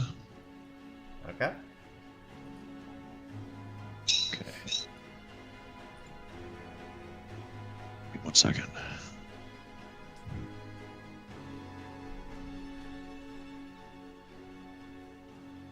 I don't have any bonus actions right now, right? As an alchemist? I don't think so. Okay. So, seeing the imminent danger and falling into a practice routine, the ash mark on my arm will start to burn, not visibly, but to me I can feel it, and I'll start to march the 30 feet towards this thing with my shield up. And then I will use my ash mark, and then I will fire at advantage. Yeah, next attack gains advantage on a target. Deals additional damage equal to the strength modifier if it hits. Yes, sir.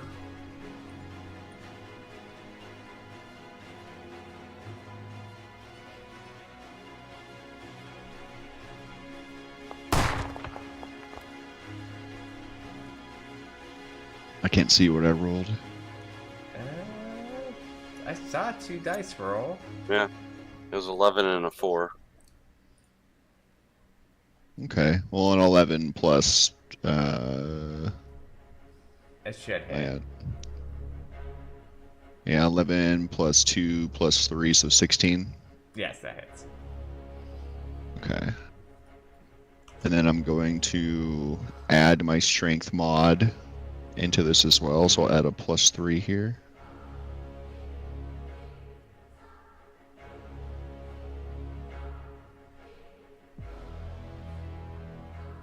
Okay, did that go through? I can't tell. Yeah, it's not seeing nothing from you.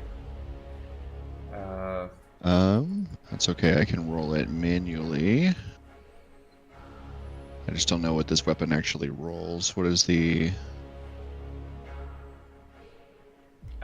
details? It's 1d10. A D10. Okay, I see. A D10 plus strength. So we'll go a D10 plus 6. So it's normally plus 3.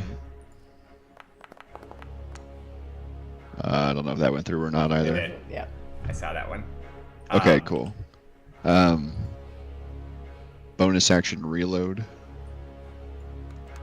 And is there a limit to how many times I can use my ash mark? Mm-mm. Nope. Oh damn! His ash Okay. mark is unlimited uses. Mine's once per short rest. Yep. Okay, good.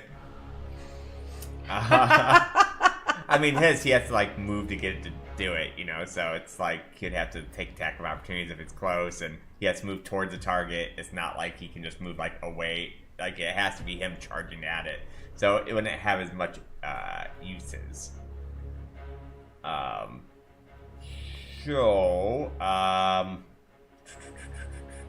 That will end my turn. Bonus action reload, action fire.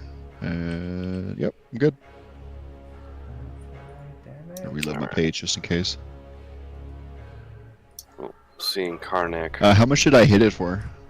So you see like the bullets go through it and like pierce through. So you know it hit, but you don't know if it hit for full amount. Okay. Alright. Well, trauma If seeing you're asking me the Karnak. die roll, it was 14. A 14? Awesome. Oh yeah, sorry. No, yeah, it's okay. Go ahead, Jay. So seeing Karnak go in there, Traumacus feels duty bound to go in with them. I miss it. Is Karnak and Traumacus know each other, right? Well, Karnak is a deputy, but he's a new deputy, so they don't know Okay. each other well, but they're kind of getting to know each Okay. other. Yeah, I recognize him as my boss, basically. The big cheese. Try coming over like this way, Alright, Jay, so- so you get a Didn't more mean to line of think that. sight. Like that? Yeah, that should work. I think there's something just happened. Yeah, that's fine. Okay. So his gun's already out. He raises them with the hammers cocked back.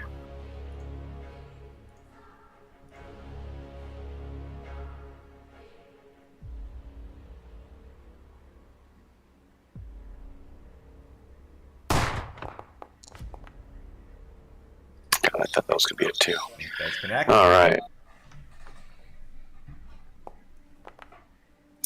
My damage rolls today. All right.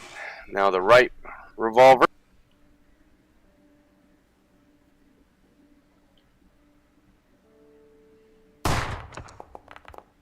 Also connecting.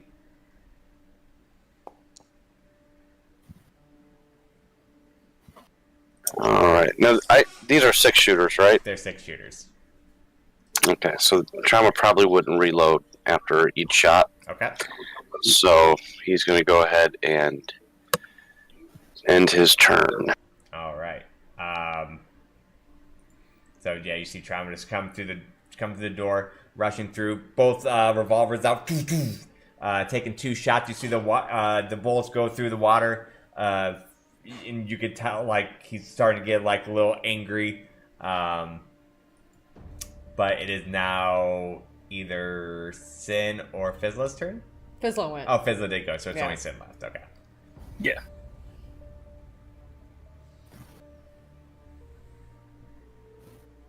Fizzlo threw a potion at him.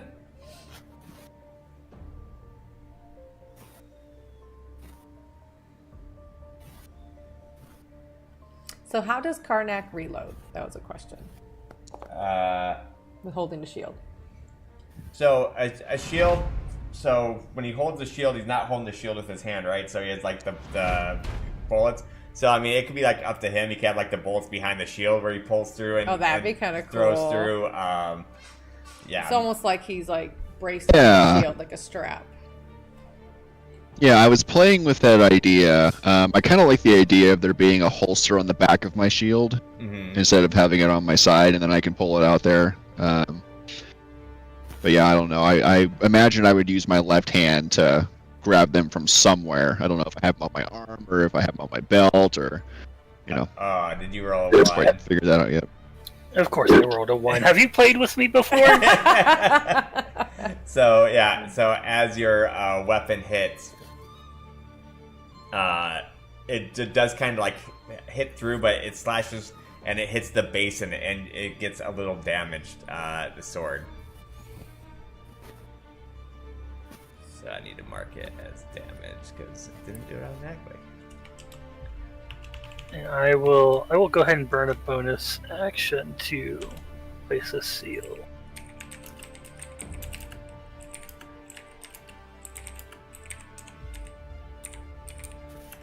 Alright, using a bonus action, do you want to say what the seal looks like? As you're applying it?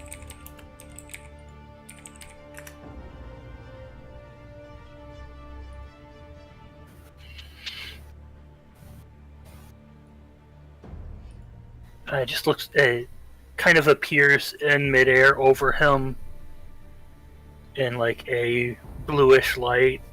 It's just like runic circle, like spell circle with a shattered bell in the center. Oh yeah, love it. So yeah, so he is now claws bound. So you guys, this is the first time you guys are seeing this. It almost looks like things you might have seen before in the world, like during time. So that would be actually Fizzle's the eyes first go time you see wide, that. and she's like, "Ooh." Oh, right. My when I casted Hunter's Mark is actually a spell, so I should have described that as well. That is true too.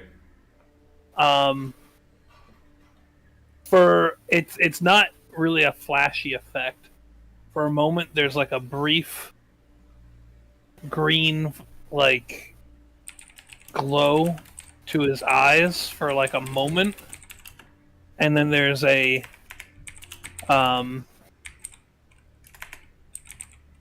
like a series of like points on the body that light up briefly before just going away, and you don't even know it's there anymore. Kind of like identifying like where he would want to strike. But that was the end of my turn. Okay, all right, yeah, that sounds cool too.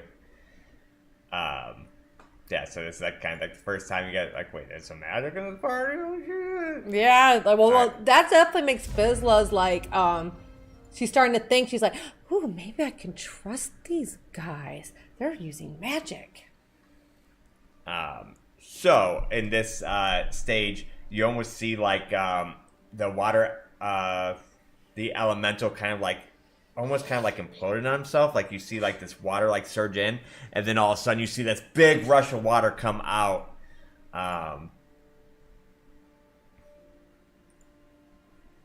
Boy, am I glad I'm around this corner. Oh wow! Max damage roll.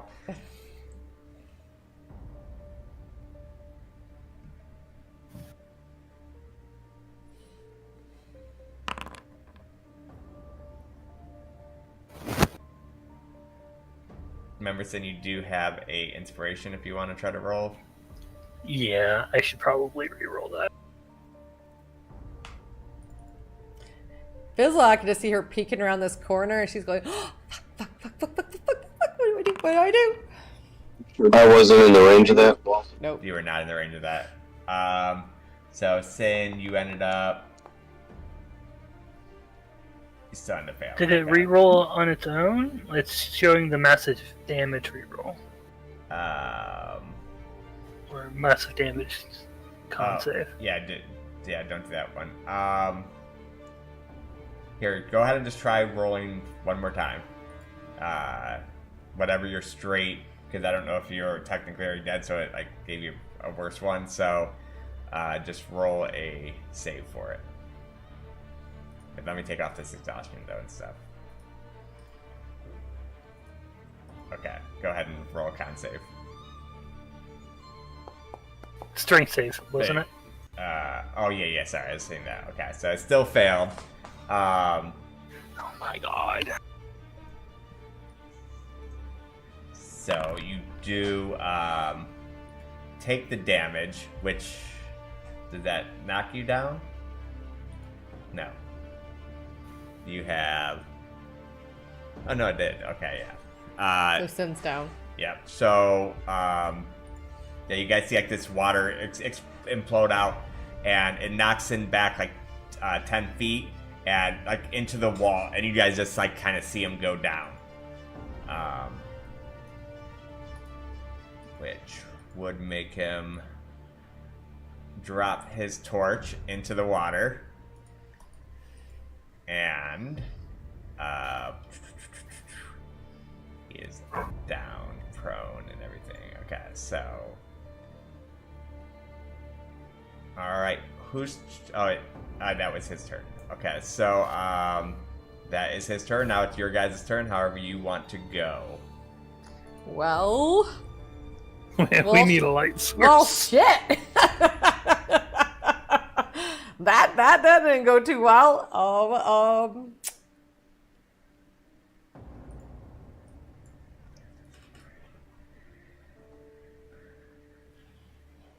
I think what Fizzle would try to do on her turn is try to get Sin up.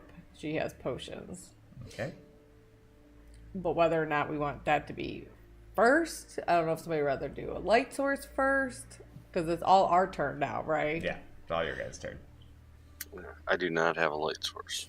Now, are you saying diagonally is 10 in No. this campaign? No, we absolutely don't. not. Okay, I was making sure. That's also 5 feet.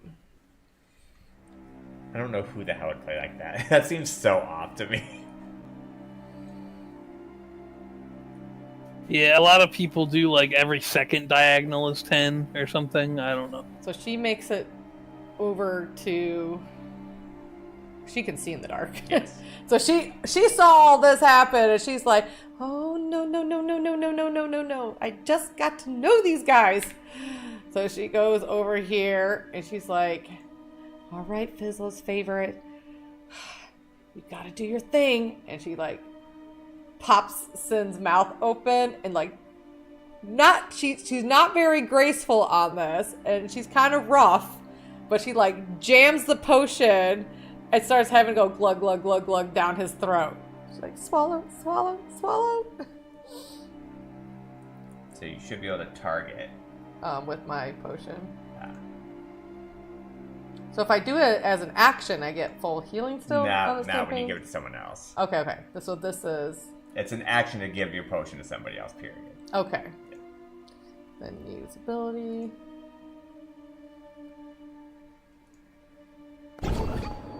Ooh, and you exploded one. Did I? Oh, nice! I forgot we were doing that in this But you campaign. didn't count it, so go ahead and roll me your 1d4. Should have did it. Did I roll a 4? Yeah, it even shows the X, but... Mm-hmm. Oh, it's supposed to be X. Oh, no, it's supposed to just be X because unlimited explosions. So oh, now- wait, you did not roll it. It says a 3 and a 2 plus 2. I could swear I saw a 4. I thought I saw 4. Yeah, I could have sworn I saw. It's well, going to yeah. roll me another 1d4. So 1d4. Yeah.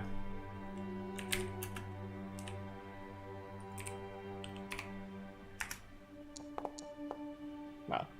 Alright, so you got an extra 1 healing. Sin, breath comes back. As I'm like kicking him as I'm putting the potion on him. Get up, get up, get up! Yeah, through the dark he sees like this little gnome, face that you can kind of see from... It might be kind of horrifying because she's like scarred half her face. She's right up in his face going, drink it, drink it, drink it! Starts coughing up water in your face. Anything else, Fizzla? Fizzla would then move. She used 15 of her movement. She would move back over here. Sassy, look at the chat and see if you can read what I wrote. No, I cannot read it. She does not know that. Well, you language. should. She does know that language, though. in D. She should. Yeah, in D&D, you have just because you are a race doesn't mean you know the language. Oh, Yeah. okay. Yeah, I do not It's know. sort of like how we're Italian but can't speak it. You can't. And I'm not sure, as a bonus action, can I do a torch or is that an action? That's hilarious because Sin understood it. I think if it's in your like satchel, like in your pouch, I said you can do it as a bonus action. So if you have it like tied to your backpack, that's fine too. But if it's inside your backpack, it's an action. Okay, hold on one second. I need to figure out.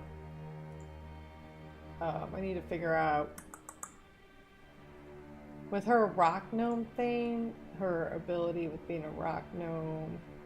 How does, for example, you choose a spell. The device.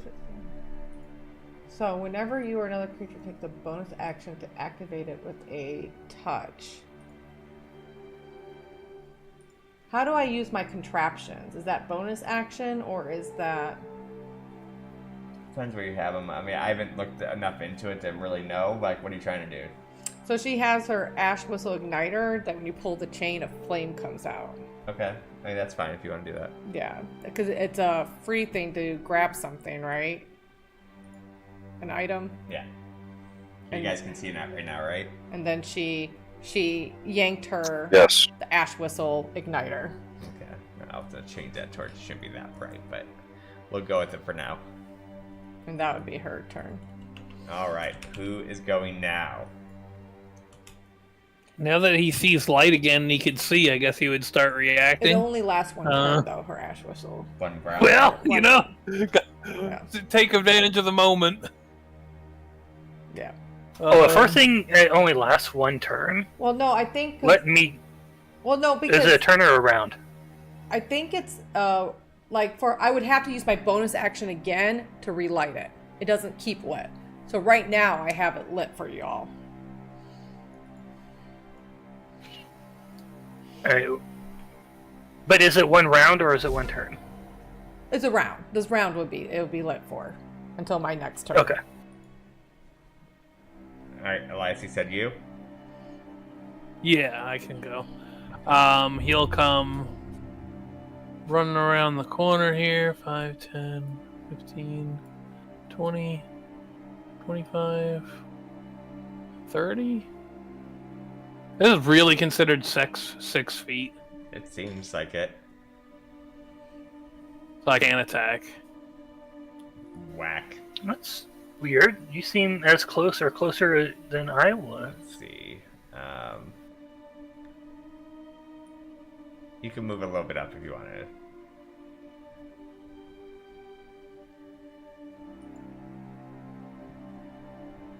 Okay. Alright, and then he's going to just redraw the other sword that he put away last turn, so he has both swords out and just as part of his attack action and attack. Okay. Oh, actually, you know what? I'm going to try to do this officially to see if it does this automatically just for science. Consume spell slot, no. Because it's going to use one of the freebie uses. And then now I'll do my attack roll and we'll see if it automatically adds damage. It should. Oh, there it is.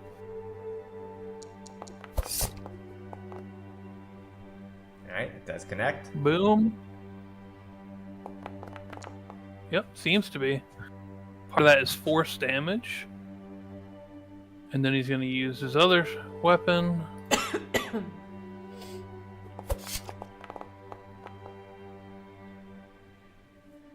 Boom. Man, those are some bad damage rolls, but we got some damage in.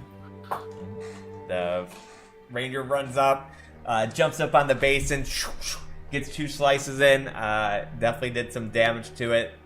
As each hit struck, like you saw, like this little green aura quickly flash, doing a little extra. He does look a little bit depleted, but he is still up. And then that's my action. I'm not going to use anything for my bonus action, and then just pass turn. All right, who's going? I guess Trauma will. All right. So he'll sidestep a little bit.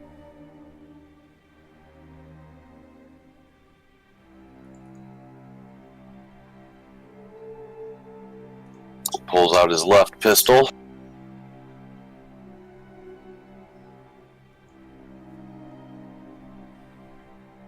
Takes aim and fires.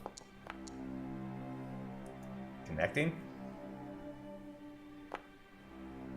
Oh, well, these ones and twos. Stop it. At least you're hitting. Yeah, that's good. At least the bullets are going through. No. Oh, max damage. Alright, left or right hand.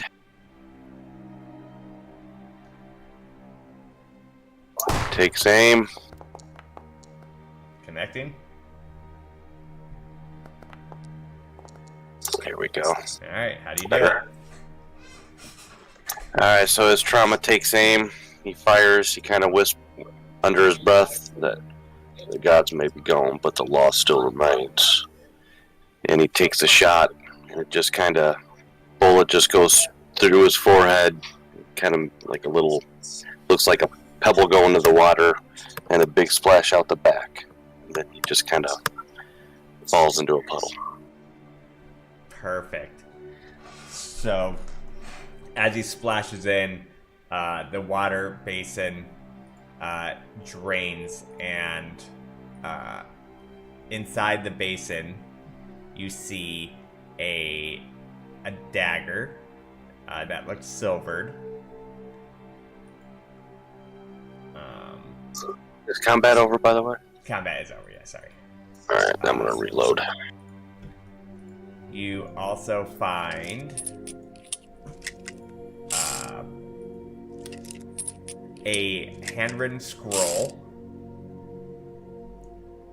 and some sage, some incense.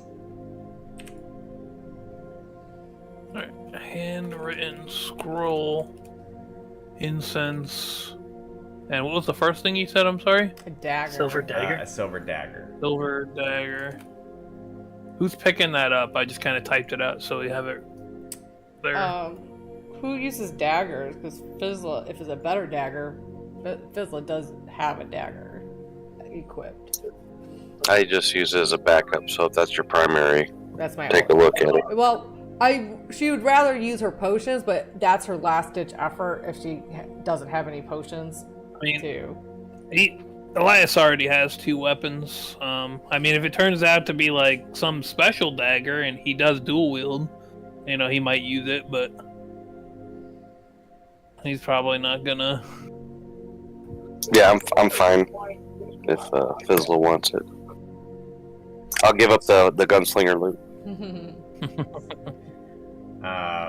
Karzan, do you need medical attention?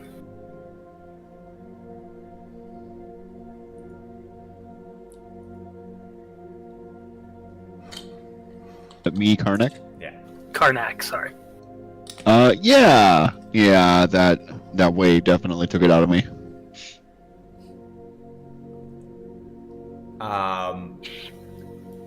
This will be spending your hit die.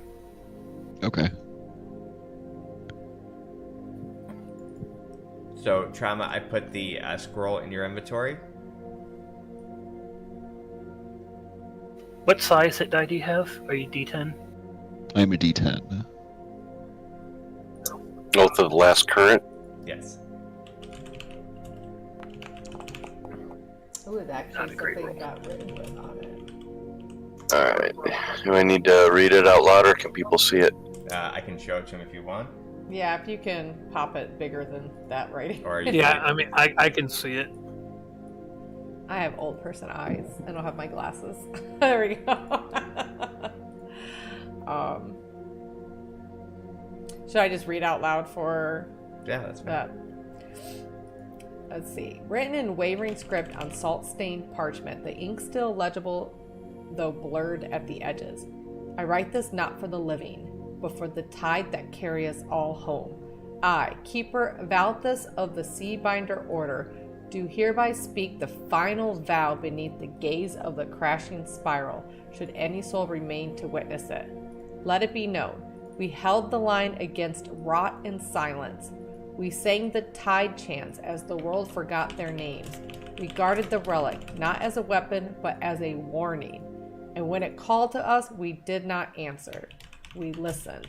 This is the oath of the last current, that we do not flee the flood, for the ocean bears all things away in time. That we do not wield the tide, for power is not to be harnessed, but witnessed. That we return to the depths when the sky turns black and the waves forgot our names. If this is found, know that Tavros did not abandon us. He drowned with us. He became the silence in the sea, and still he listens beneath the waves, forward even into the storm.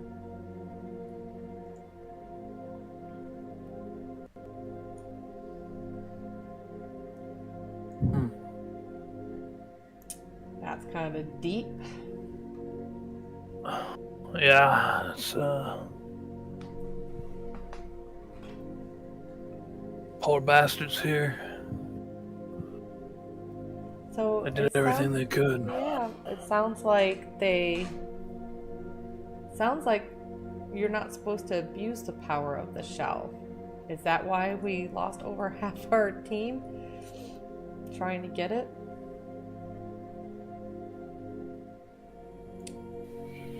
Maybe they couldn't harness it. Maybe it was too powerful, and all they could do was observe. Yeah.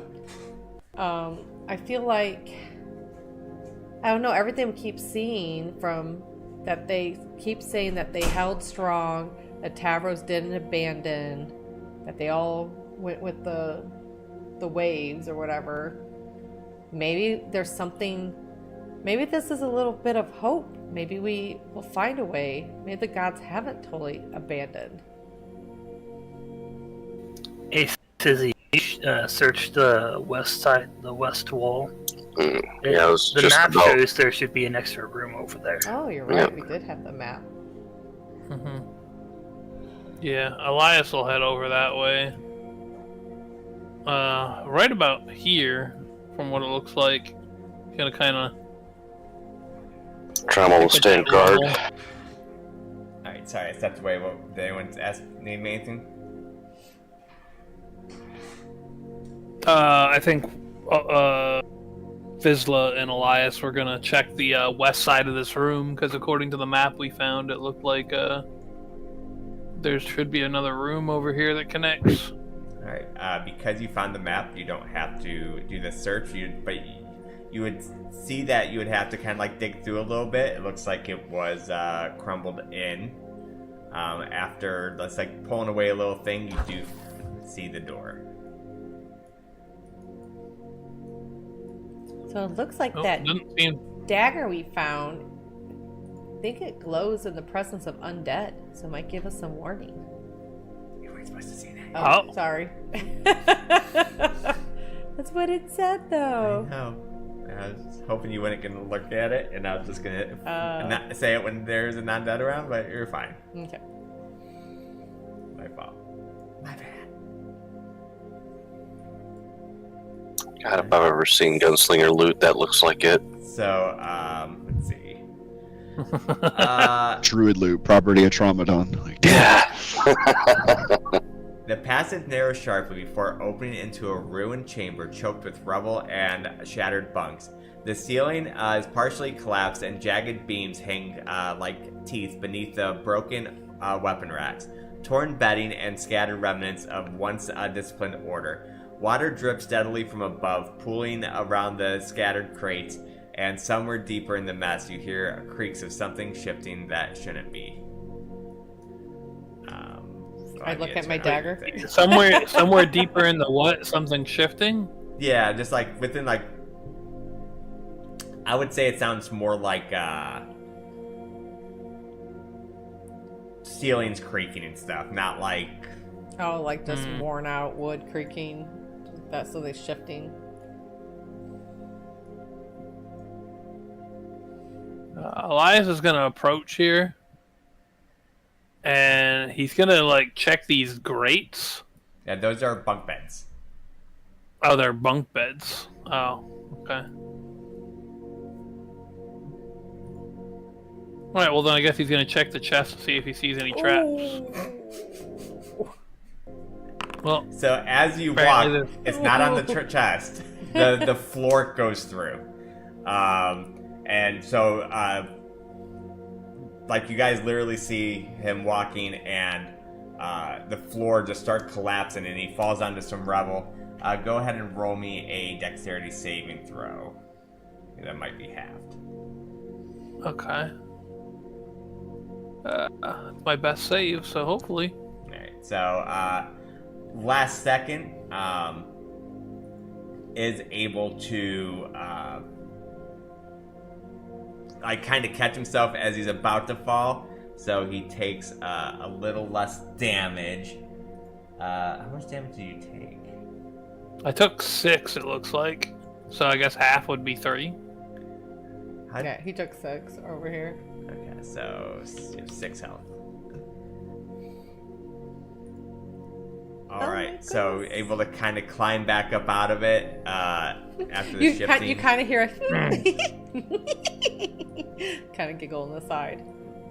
Before anybody else walked on. Let me delete that so nobody. Hells! You flop like a rag Wasn't doll. expecting that. Alright, back to duty. And he's gonna kind of check the chest from over here, I guess. Yeah, you can kind of like walk around it now and stuff. I'm assuming perception. Yep. Oh, well, I guess technically be investigation since you're specifically going looking at an item. Oh, well, then minus But either way, 4 yeah, from that. Yeah, it still would have been good enough. It does not look trapped. Okay, alright. He's gonna open it. Alright, so opening it up, you find a antitoxin potion. Let me open up your inventory. It's clear to him that that's what it is? Yeah, I mean, I would say you've probably been around enough to know an antitoxin. They're not super rare. You do find... Yeah, the Gravewalker background, like, lets me re-roll against that kind of stuff, so I guess that makes sense. Yeah. You do find a holy symbol in there as well of Tavros, which has his icon on it. This one looks a little tarnished, but... You also find some food. Roll me a...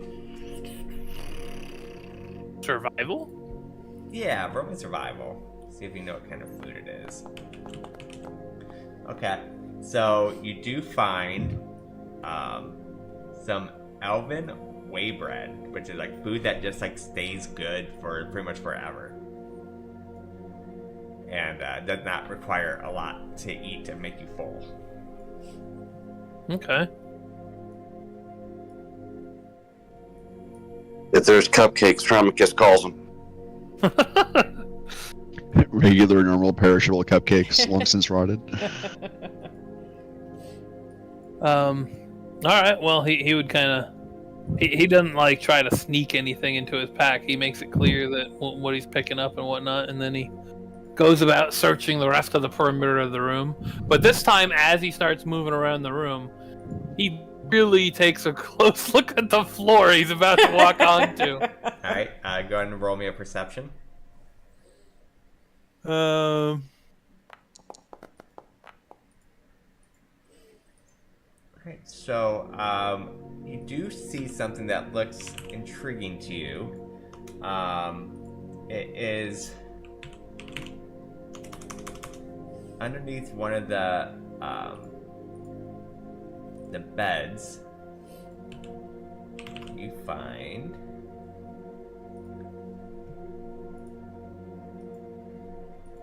this. It's a toy boat. A name on it. Wow, that name on that toy boat. When I was talking about this character with a friend, that was going to be Elias's name at first. That'd be crazy. That would have been so freaky if that was Elias's name and he finds a boat with his name on it. And down here you see a weapon rack. It looks like there's a few weapons left on it. There's some debris. These weapon racks look empty, almost like they were like taken in a hurry. Did Elias show the toy boat at all, or? As he finds that, and then he continues around the rest of the room, kind of casually as he's looking around. He's like holds up the boat and he's like, "By chance, any of you know a Kalen?" Not off the top of my head. Ooh, that looks like a very sturdy Can't say toy I boat. do. If I could have it, Elias, I could probably make it into a neat contraption for ourselves. Have at it then. He'd pass her the little toy boat. So on the weapon rack, looks like there's like 2 javelins, 1 short sword, and a net.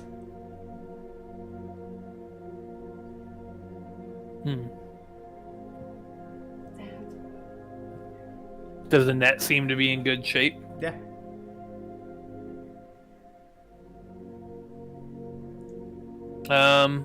He would probably pack the net away in his pack, and he'd take a look over the short sword. All right.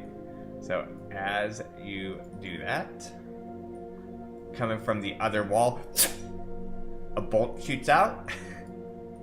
Oh, look. Well, and it will be, let's see, the 20 plus 5.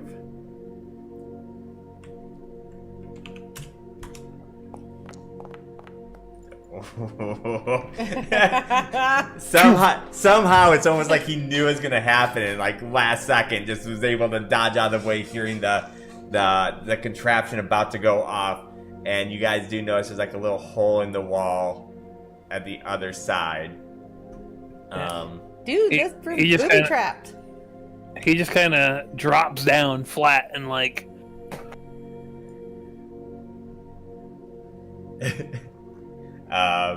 So you're gonna grab. This place really wants me dead. Well, let me disarm this trap first, just in case it goes off again. Can I like look where it came from? The dart. Yeah, I mean it was pretty loud, so you know the darts came from like a hole over here. Okay. Can I look to see if there's anything to disarm as he's grabbing the other stuff that doesn't go off again? So you find the string, and it's looked like it was a one-time thing. Like there's no other. Like if you look in the hole, you can see there's no other bolt in there. All right, Elias, you're safe. So you said you grabbed the net, and what else? He packed away the net, and then he was gonna look over the short sword, see if it looked. It doesn't look like anything different to you. Better condition than any other there? I mean, they all look like they're about in the same condition. None of them look like they're in bad condition.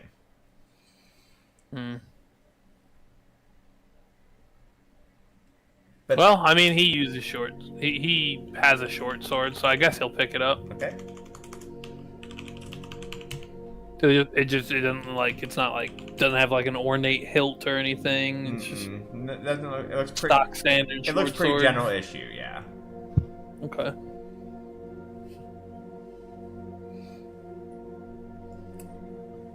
I looked to Sin. I'm like, any other entryways from the map that you saw, or was this a dead end? No, it's just this room, and then we go south. Oh, this hunter's market's most definitely been a minute. How do I drop this effect?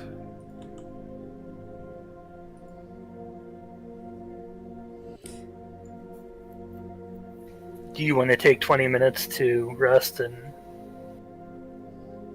Yeah, he's a little beat up. He didn't spend his hit die earlier, so he's gonna. If you don't mind, I could use a little bit. Need to see to some of these Fizzla said she's going to grapes. sit on. She's going to work at this bed real quick, and then she's going to, during the 20 minutes of rest, she's going to create another potion. Alright, let me, With her alchemy. short rest. And, Yeah. Let's see. Wait, Select please. blah. Roll. Oh yeah, it's still saying 0 available because it spent mine earlier somehow, even though I never used it. That's fine, just go ahead and roll.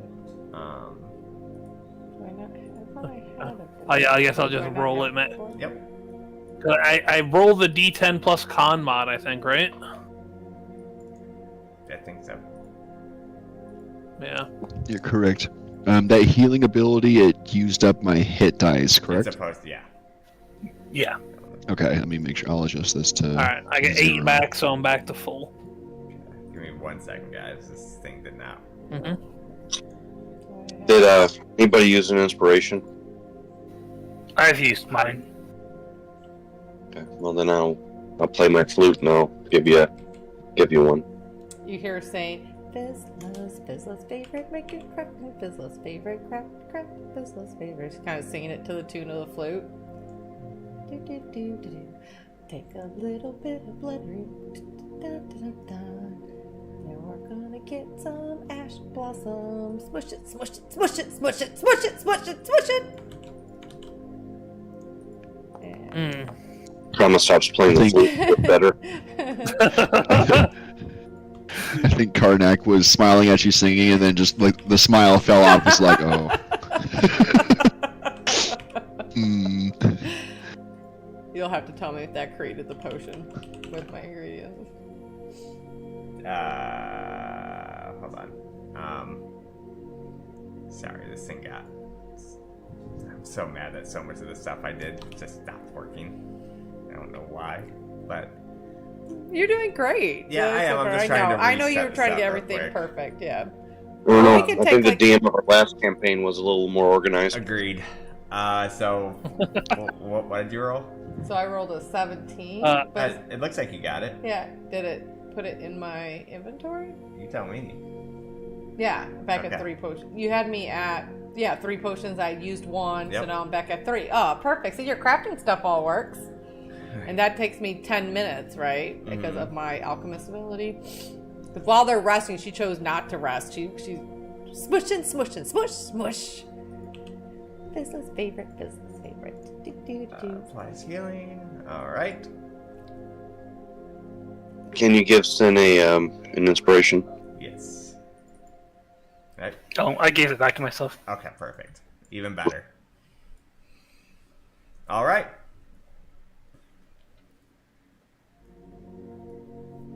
Now, is there anything salvageable around here? No, other than like crafting the stuff I purposes? kind of pointed out. No, it's just pretty much wood, rocks. Yeah, nothing really for. This probably wouldn't be the salvage place Yeah. per se. She's always looking though. Yeah, That's yeah. her thing. Nope, that's fine. Because she wasn't resting, so that's why she was looking around. Think she made her potion for the 10 minutes, and then another 10 minutes she like looking around, see if she could scavenge anything.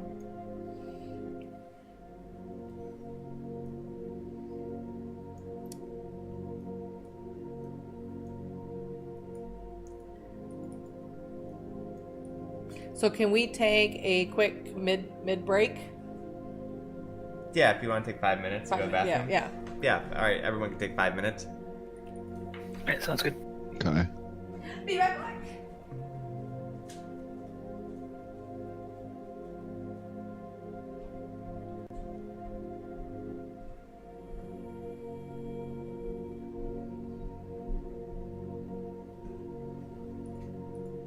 Hey.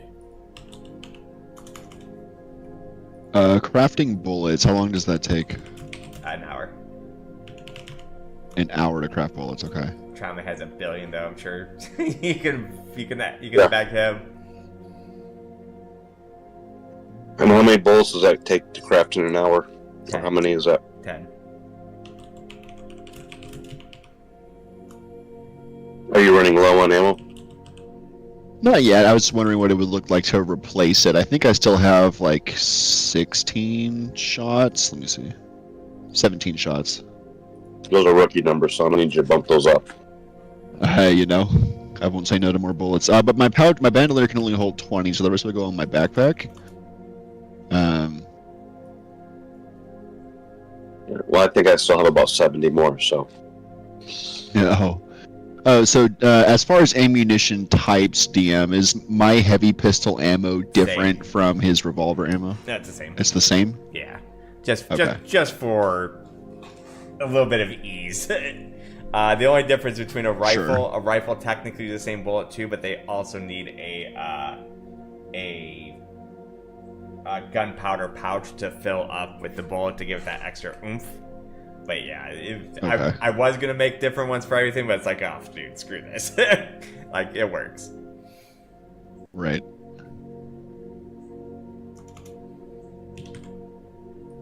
Yeah, your current. I came in with Rambo's ammo belt. Dead. I was like, not today, Satan. But I'm now unencumbered because I fired bullets. Hey, perfect.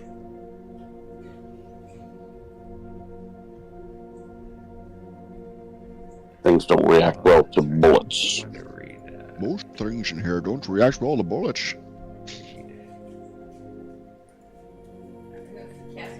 Losers whine about their best. Wondering why she was following. Hold on a second.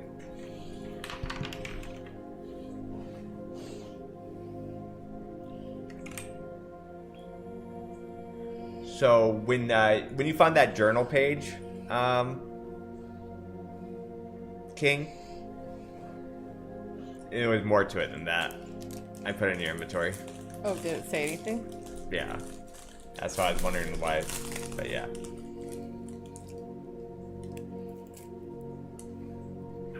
If he shows up, I will need to be off at around 6. is that 9? I don't know how that... Yeah, 9 your time. Okay, Yeah, so that's fine. 25 minutes. Okay.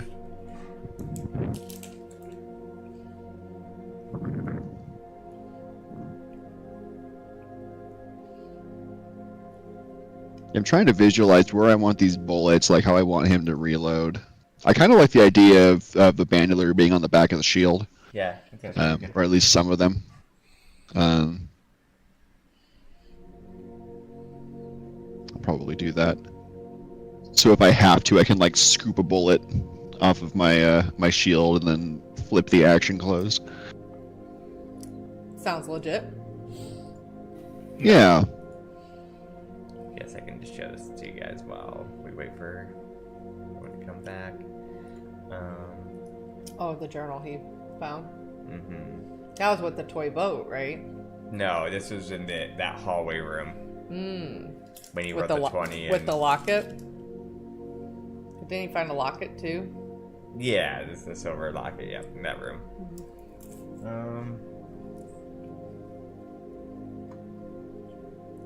Did it say anything? It's not letting me show it to chat. I guess I'll copy and paste it into chat.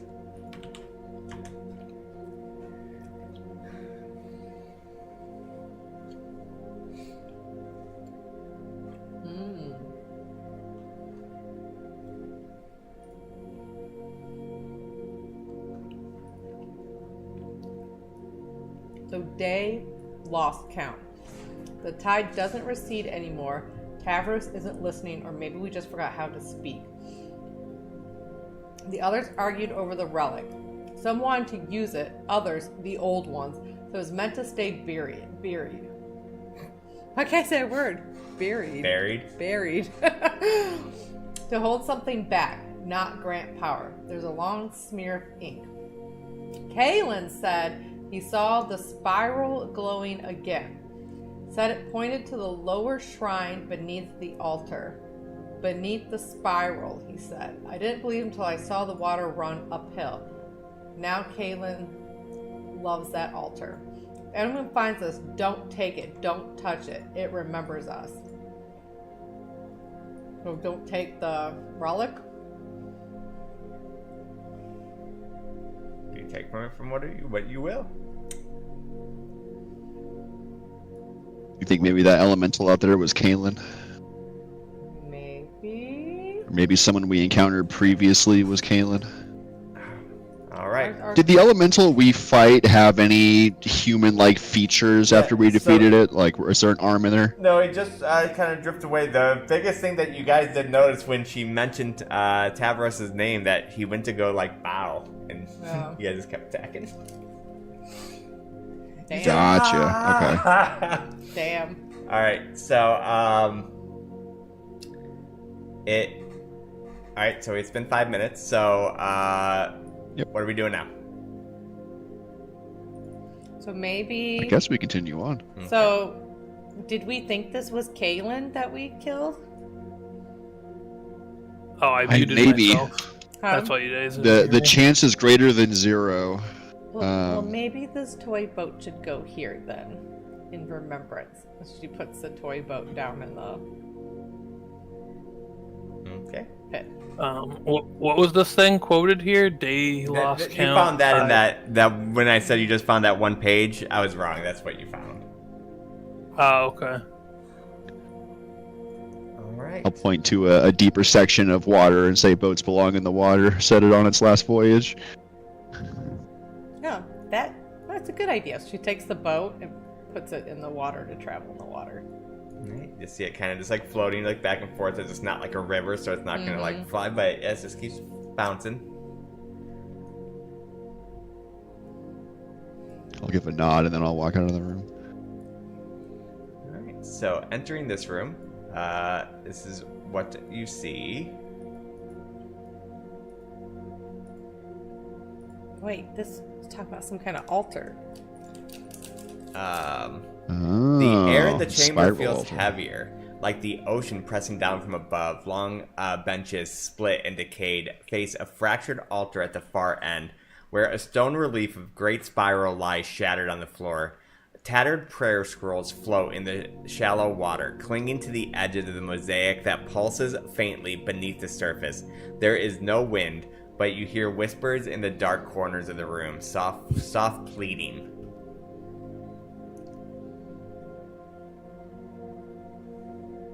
Oh, it just. Can we tell what it's saying, or are we No. just like guessing by tone that it's pleading? Yeah, just from tone. Like Okay. it doesn't sound like aggressive. Maybe this is the altar Kaylin liked? Maybe we should put it in this water.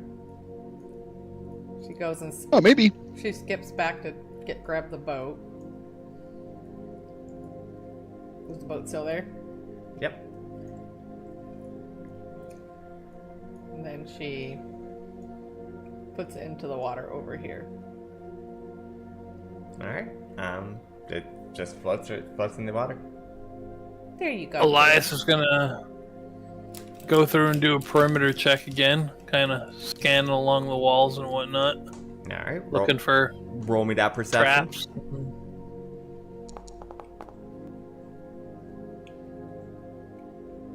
I mean, everything looks fairly clear. Like, you don't see nothing that looks overly suspicious. Can I do a religion check on this altar? Sure.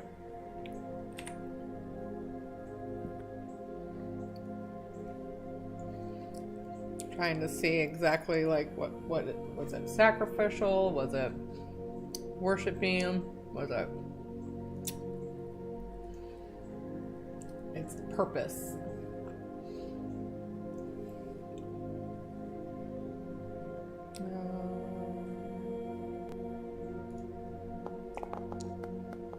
You can't A tell previous nothing. note.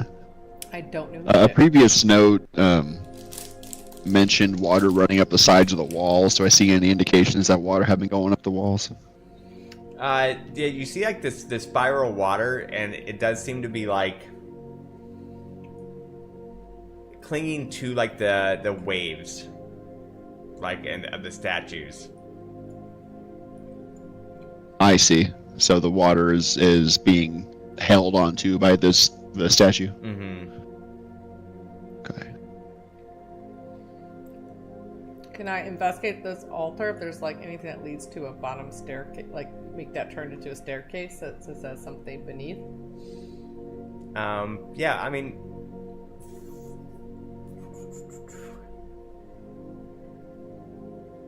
so looking at the lower shrine that Kaylin mentioned, you do see an inscription Okay. that you should be able to click on. No, the actual thing on the table. Oh, table. Double click. There you go. There you go. Ooh. Wield the blank. Return to the blank. Oh, you have part of it covered too by the picture. Oh. Do not flee the blank. Do not wield the blank. Return to the blank. Did we find anything? I'm guessing do not wield the shell, I'm guessing the relic. Do not wield the relic. And we'll return to the Yeah, that sounds similar to what they were saying earlier about the relic. maybe do not flee the current? They say The we tide. do not flee the No. flood. Yeah. We do not wield the tide. We return to the depths. So do not flee the Flood. flood. Do not wield the Tide. tide. Return to the Depths. depths. I think too, if you click. It's the oath of the last current. So is the inscription Share it with people, I think. Is the inscription just left blank, or is it just unreadable? Right, but it's basically you need to like type it in. Yeah, that's what I'm saying. Yeah. Like, so she takes her dagger Mhm. and starts carving the rest of it. So you guys said, "Do not flee the Flood. flood. Flood. Flood. Do not wield the Tide. tide. Return to the depths." Right? Yep. Depths or depth? With an S. Depths, plural. Depths. Did something happen? You gotta hit the lock key on the side to see if it worked. This Mm-hmm. attempt to unlock. All right. Hey, it worked, you guys. So now you should be able to click on it again and see what's in it. So there's a statue of Tavros here, and we have 25 gold pieces. That was saying. Mm-hmm. 25 gold pieces, unidentified equipment, and an unidentified consumable. And you cannot take the statue. Yeah, It yeah, just yeah. has to be a thing. Okay, Yeah, okay. It's way too big. So there's an unidentified consumable, which I guess I'll take that. If somebody, I guess we'll split the gold. Yeah, if you just click take, Oh, you take one of. Oh, Well, I there's see. a split 5 ways at the bottom. Split currency 5 ways. Mm-hmm.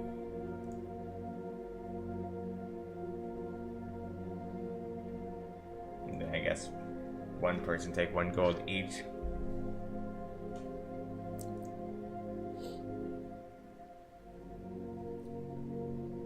Okay, and then who wants the Well, who could identify equipment? Is that something my crafting? Well, what kind of could- equipment is it? Yeah, could I look at it, It with looks my like prayer beads. prayer beads? Mm-hmm. Prayer beads. Okay. With my crafting knowledge, could I look at it, or is it?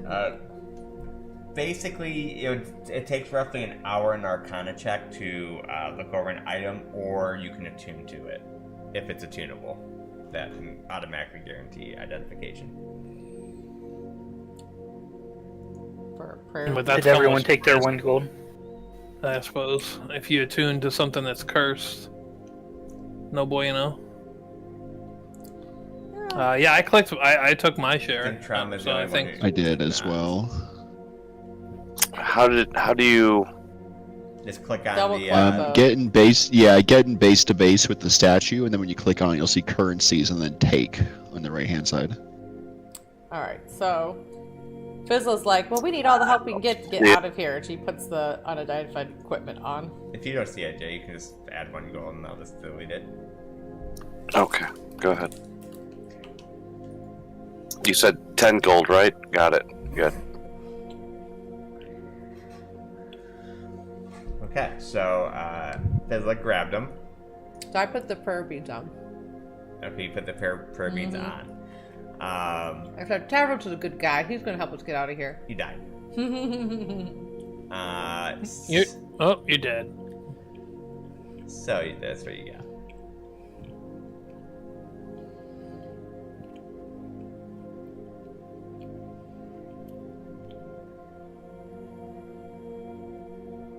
Oh, nice. 1 per long rest is a bonus action.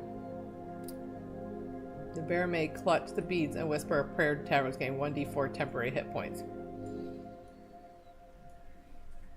Well, they do flicker of divine energy, though.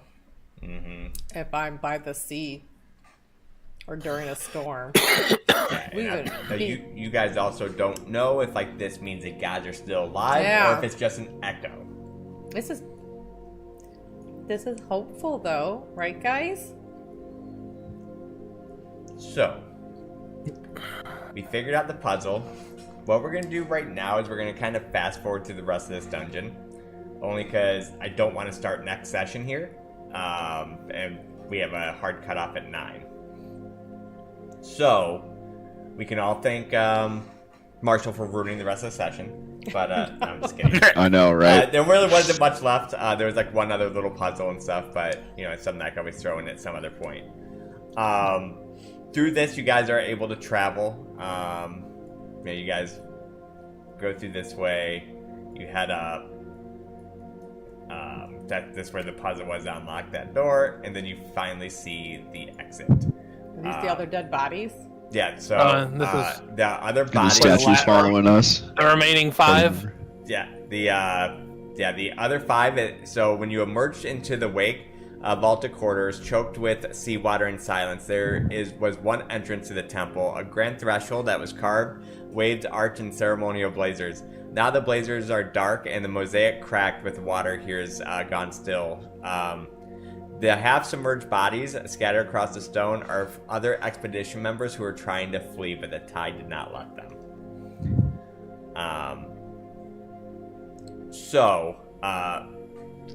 Through one of the satchels, though, you guys find 10 more gold, so 2 more gold each. And you guys find a key that Trauma recognizes as a vault key that is not used. It's found. It's an old vault that is underneath the docks in Redwick that nobody really uses, that he found, back in the day. Or something that unlocks something in Redwick? Mm-hmm. Okay. So it's like a vault key. So through this, you guys do make it out. It's kind of late at night, so it's like the sun hasn't, the sun's kind of gone down, and you guys, make your way back to Redwick, where you guys kind of like feel this bond together, as like you guys are like the ending, the final survivors of this expedition. And found maybe clues that the gods haven't left us. Possibly. We'll go over what the loot is inside the vault on the next session. But, so this mission was a prequel. 6 months passes. So this is basically the story about how you guys met and became a party. During the 6 months, you guys ran little adventures together. You guys got to know each other better, and so on and so forth. You guys are jumping to level 3.